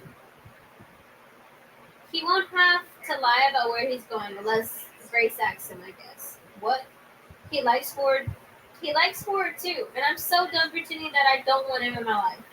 I want things to go back how they were before. Before his dad brutally murdered 5 of our classmates. Yes, I say, through gritted teeth. Anxiety unfurling in my stomach. I don't want him to get this reception from everyone. Zane, you said you wanted to help him. What? Did you suddenly change your mind? He blows out a breath. No, you're right. It's just now there's a second murder and it's clearly not Carter. All I'm saying is people aren't going to be as forgiving. But I've got your back, kid. You know that. Can I be there when you tell Omar and Addie? Laughing, I nudge aside and reply, sure. And when has anyone been forgiving when it comes to Nash and Grace? The gossip died over the summer. That was because neither one of them came into town anymore. You're okay. They look over me like he's searching for words. What went down with the killer? You can't tell anyone. He chased me, but I got away. Clearly, I'm fine. I promise. Well, I'm shaking still. Look, I hold up my trembling hands. I think that's normal. It's the adrenaline. You'll eat before the movies, right? Not planning on going anywhere near a killer again, but I will. He scratches the back of his neck, clears his throat. I know instantly this is going to be awkward. Did I have a part in all the anxiety? No, Zane, this isn't your fault. I shouldn't have said anything. I knew you still liked it, Nash, so I should have kept it to myself. You shouldn't have to keep anything to yourself. I'm sorry, Zane. He smiles. Me too. We're much better off as friends. I just realized I wish that before getting. I just wish I realized that before getting rejected. Besties, I say, nudging his arm at the same time Dad pulls up. The car windows slide down. Ready, honey? He says. Hello, Zane. Hello, Mr. Langley. See you later, I tell Zane.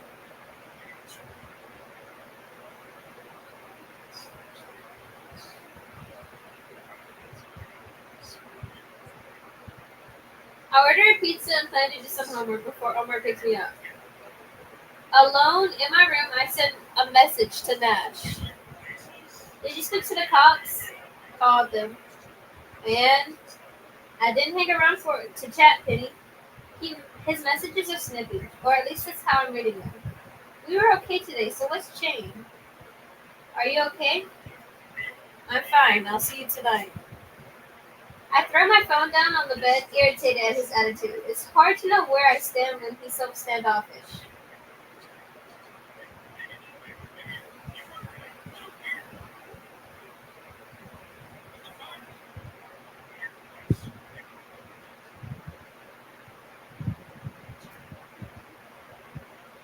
Not sure what the hell I expected, though. Looking at TV on, I find a local news station and watch for the latest on the case. The reporter is standing on the square between a pile of pumpkins and a scarecrow, which tells us the FBI has taken over and released a statement. In the corner of the screen, a photo of Jackson Mass pops up. A shiver runs the length of my spine. I could go the rest of my life without ever seeing that again. We were taught nothing new. Stay in groups, don't go out unless you absolutely have to. Most town events will be canceled, yada yada yada. I wish I could go to Benji to see what's going on. But there is another way to find out. I reached back for my phone and scrolled to the town's Facebook. It was going off when Jackson was around. Addie and I spent ages scrolling it, seeing what our parents were discussing. Then there was panic when the adults wanted to push for a 7 p.m. curfew for everyone under the age of 21. That would have been horrific. I love my parents, but I don't think I could cope well being stuck inside with them every night. I log in and go straight to the group. There's so many notifications, most from that group. I'm probably not going to enjoy this. And there it is. A post from a few minutes ago saying the FBI was spotted along the way, the alleyway towards the old part of town. I swear most people must stand at their windows with a pair of binoculars. Nash called it in, now the feds are chasing the killer. Have you checked the Facebook group? No, why?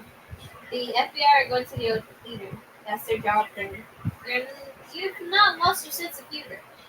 I'm getting Zane to pick me up. Good for you. Jackass, you can drop me off. You got it. Good. Idiot. I get up and walk to my closet to find something to wear. It's dark outside.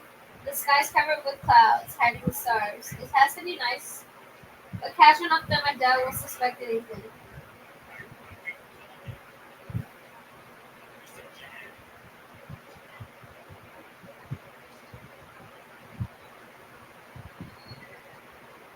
As I walk past my window, I glance out and do a double take. Did one of those vampires in the neighbor's yard just move? I move closer to the glass, and strain my eyes. They have 5 vampires stuck into the grass, but weren't there 4 before? Sucking in a breath, I watch Frozen, trying to see if one of them moved. How many was there? 4 or 5? I can't remember.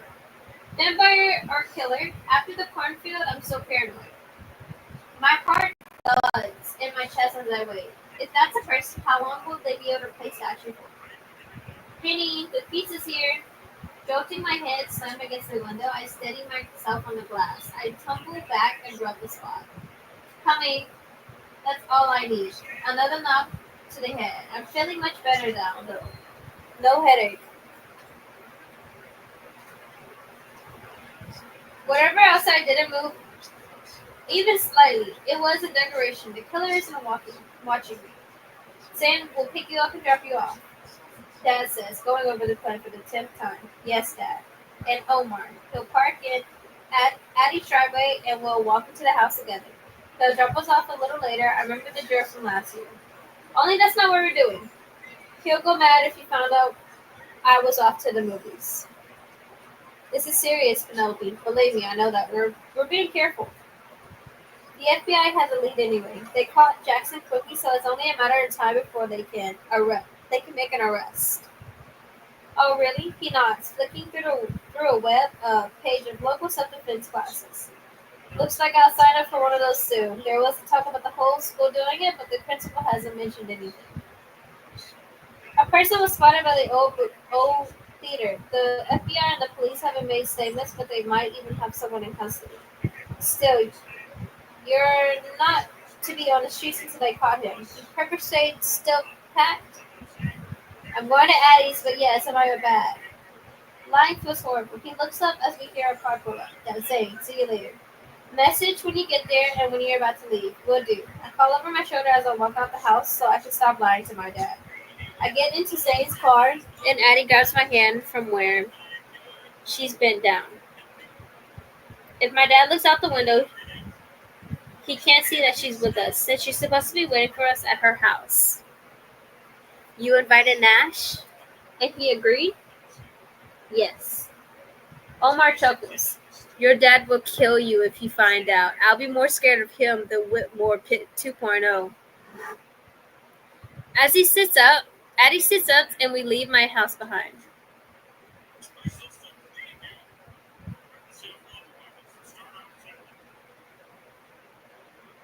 Let's use Jackson's first name, shall we? I say some people have used Whitmore 2.0 specifically to reference Nash. Penny, are you sure this is a good idea? I guess.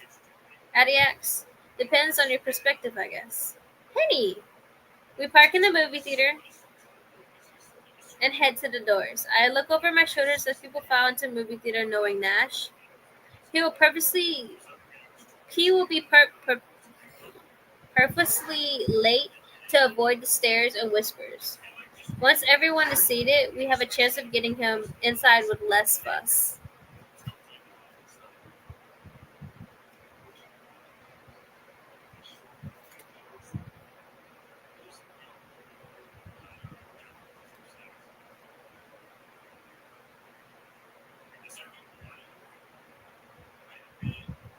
I think I'm gonna read all the way up to chapter 20, and then I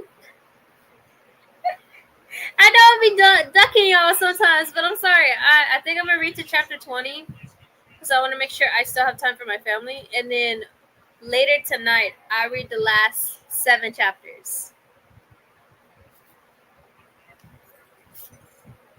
We're currently on chapter 15, if I'm not mistaken. Yeah, 15.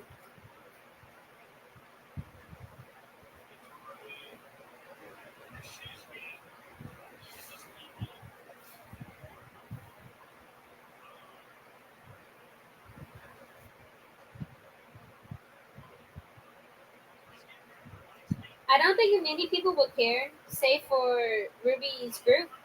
It's really the adults in towns who like him, who dislike him. It's really the adults.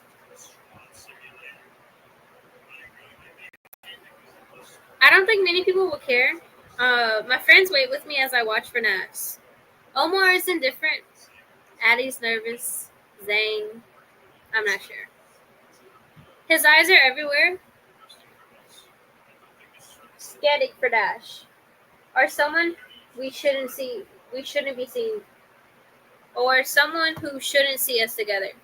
But he hasn't objected to him coming, and he's the one who had the more recent contact with Nash. And me, well, I have butterflies. Just really wanted tonight to go well. 2 cops pass us. One head inside, the other hangs around by the entrance. I'm sure an agent from the FBI is in the lobby too. Watching. Watching each group. Everyone is very good. Everyone is being very good. No singles or couples. Lots of them are dressed up, but they're being asked to remove masks as soon as they're inside. We've listened to FBI's advice. The theater is covered in screen poster, ghost spray masks, and plastic knives. A display of cult classic serial killers is along the biggest wall. The reason these events are still going on is so they can catch the killer, I say, looking through the large glazed doors as the agent who walking the lobby mutters to whoever's listening. Human bait.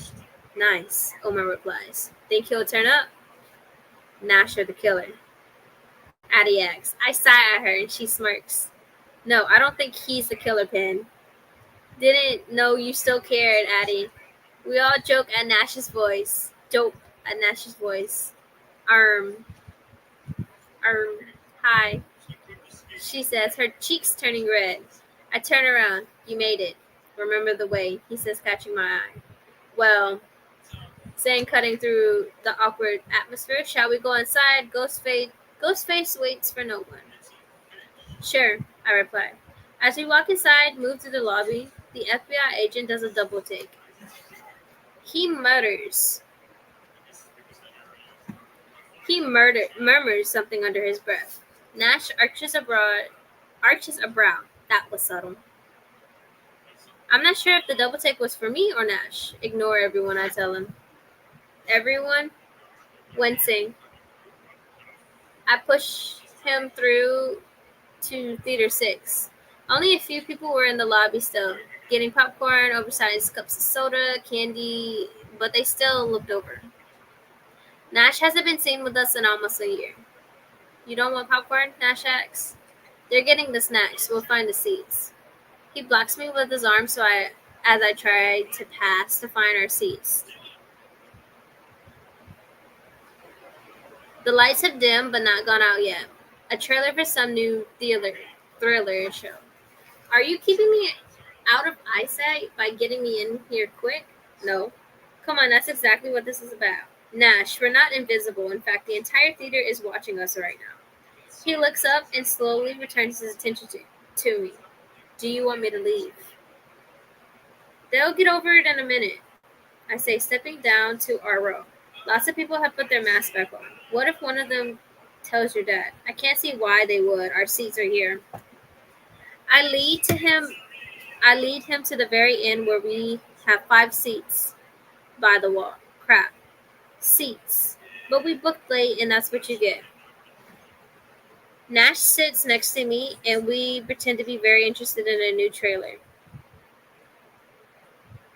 The latest movie in a horror movie franchise. In front of us is a group of all dressed like Grim Reapers. Next to them is May and her friends.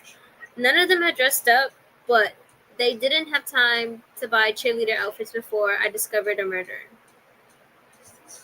Lots of people turn to look at me and Ash. No one raises a phone to take a picture, so I figure we're fine. May smiles, the only one to do so.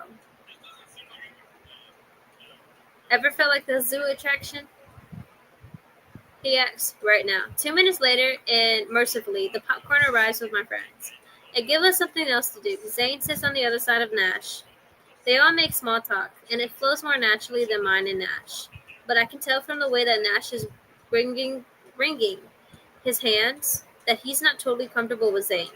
I mean, he wouldn't be if he suspects that Zane is the one who called the cops on him. I don't know if they spoke about it. Zane has been kind of shady with me, and Nash doesn't trust me anymore. Neither of them are confiding in me much. The movie starts and we spend the first 45 minutes engrossed in screen. I'm finally relaxing because Nash has leaned back into his seat and we're sharing an arm mass. As I'm about to say, ooh,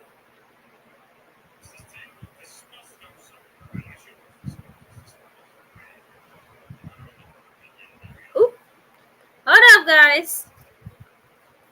I'm finally relaxing because Nash has been leaning back into his seat and we're sharing an arm rest. As I'm about to say something witty about the film, something catches my eye.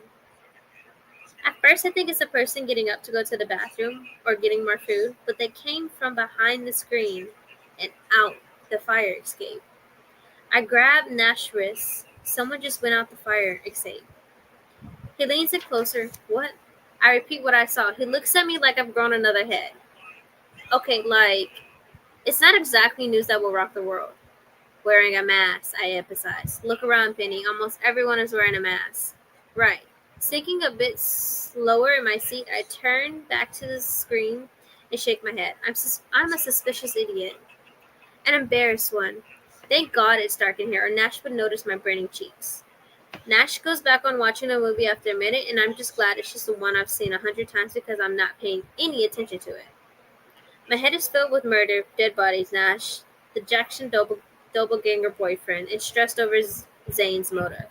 If I have a few honest conversations, maybe I will be able to figure it all out. Or if I did the right thing and told the feds everything, they could.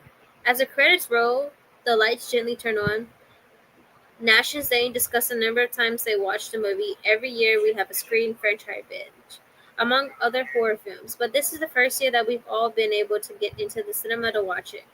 I'm so glad that Nash was here for it too. I stand at the room, slowly empties. The rest of my friends are already on their feet. Omar and Zane laugh and whack each other. It's like Zane was never away from us. The boys walk ahead, wanting to get more candy before the second movie begins in 20 minutes. Addie and I stepped outside with what must be half the theater. So Addie wiggles her eyebrows. How are things with Nash? We're friends again, I think. He accepted my invitation to come here. That has to count for something. Wait, do you think that counts? Friends. Sure. I nudge her when Zane and Nash head over to us.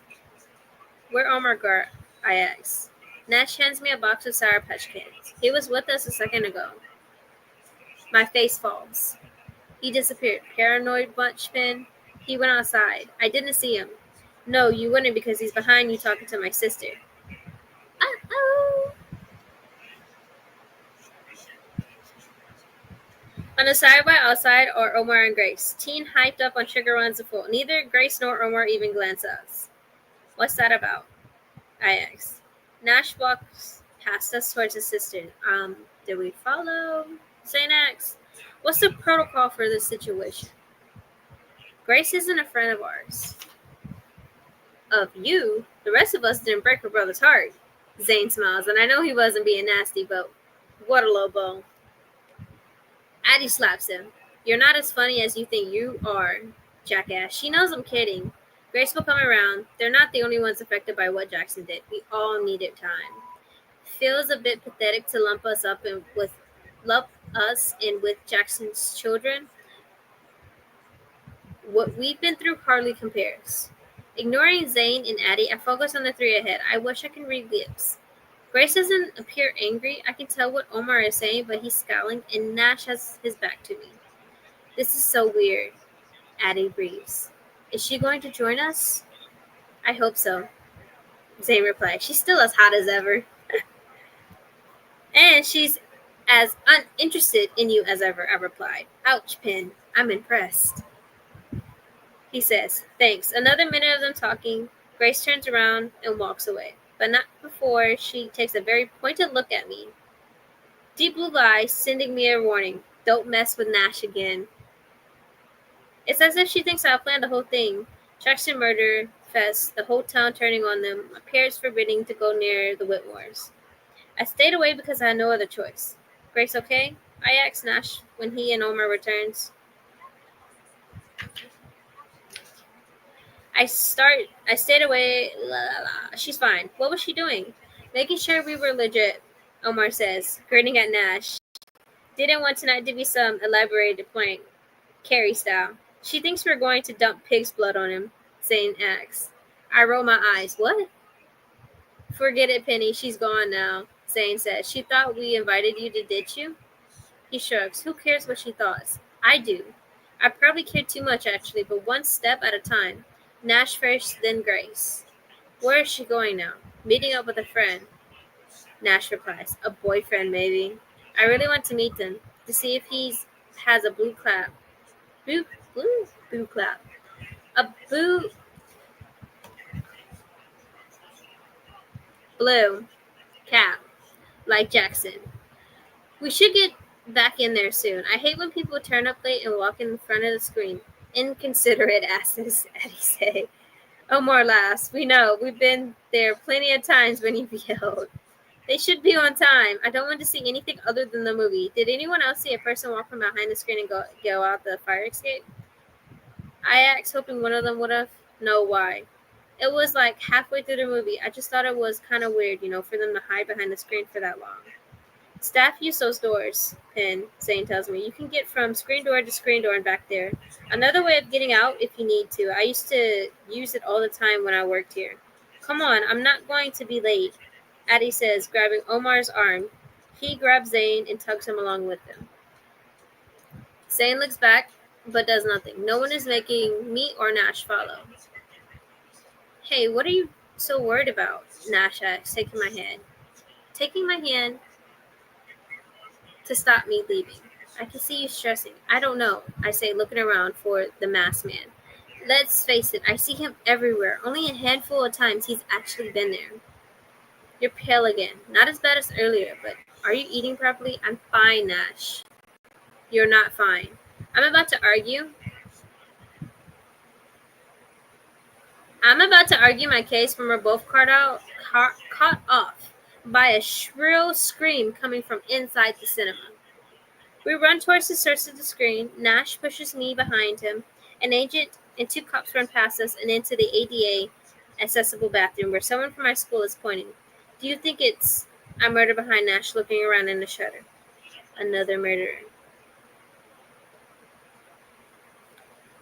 chapter 16. I'm actually gonna pause there for today, guys. Well, not today, just for this live. Yeah, just for this live. I'm gonna pause there for just for this live, guys. Hold on, let me put this up.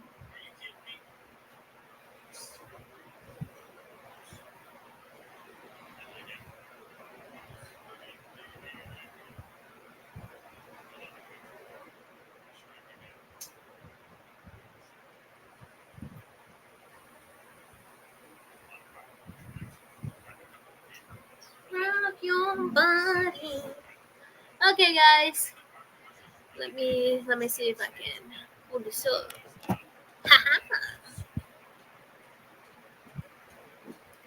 Okay, guys. Like I said, it's your girl Lady Lang. That is chapter 16. I'm gonna cut this live. It is almost close. It's not really close to 3 hours, but it's like 2 hours and some change. I do have some business to do.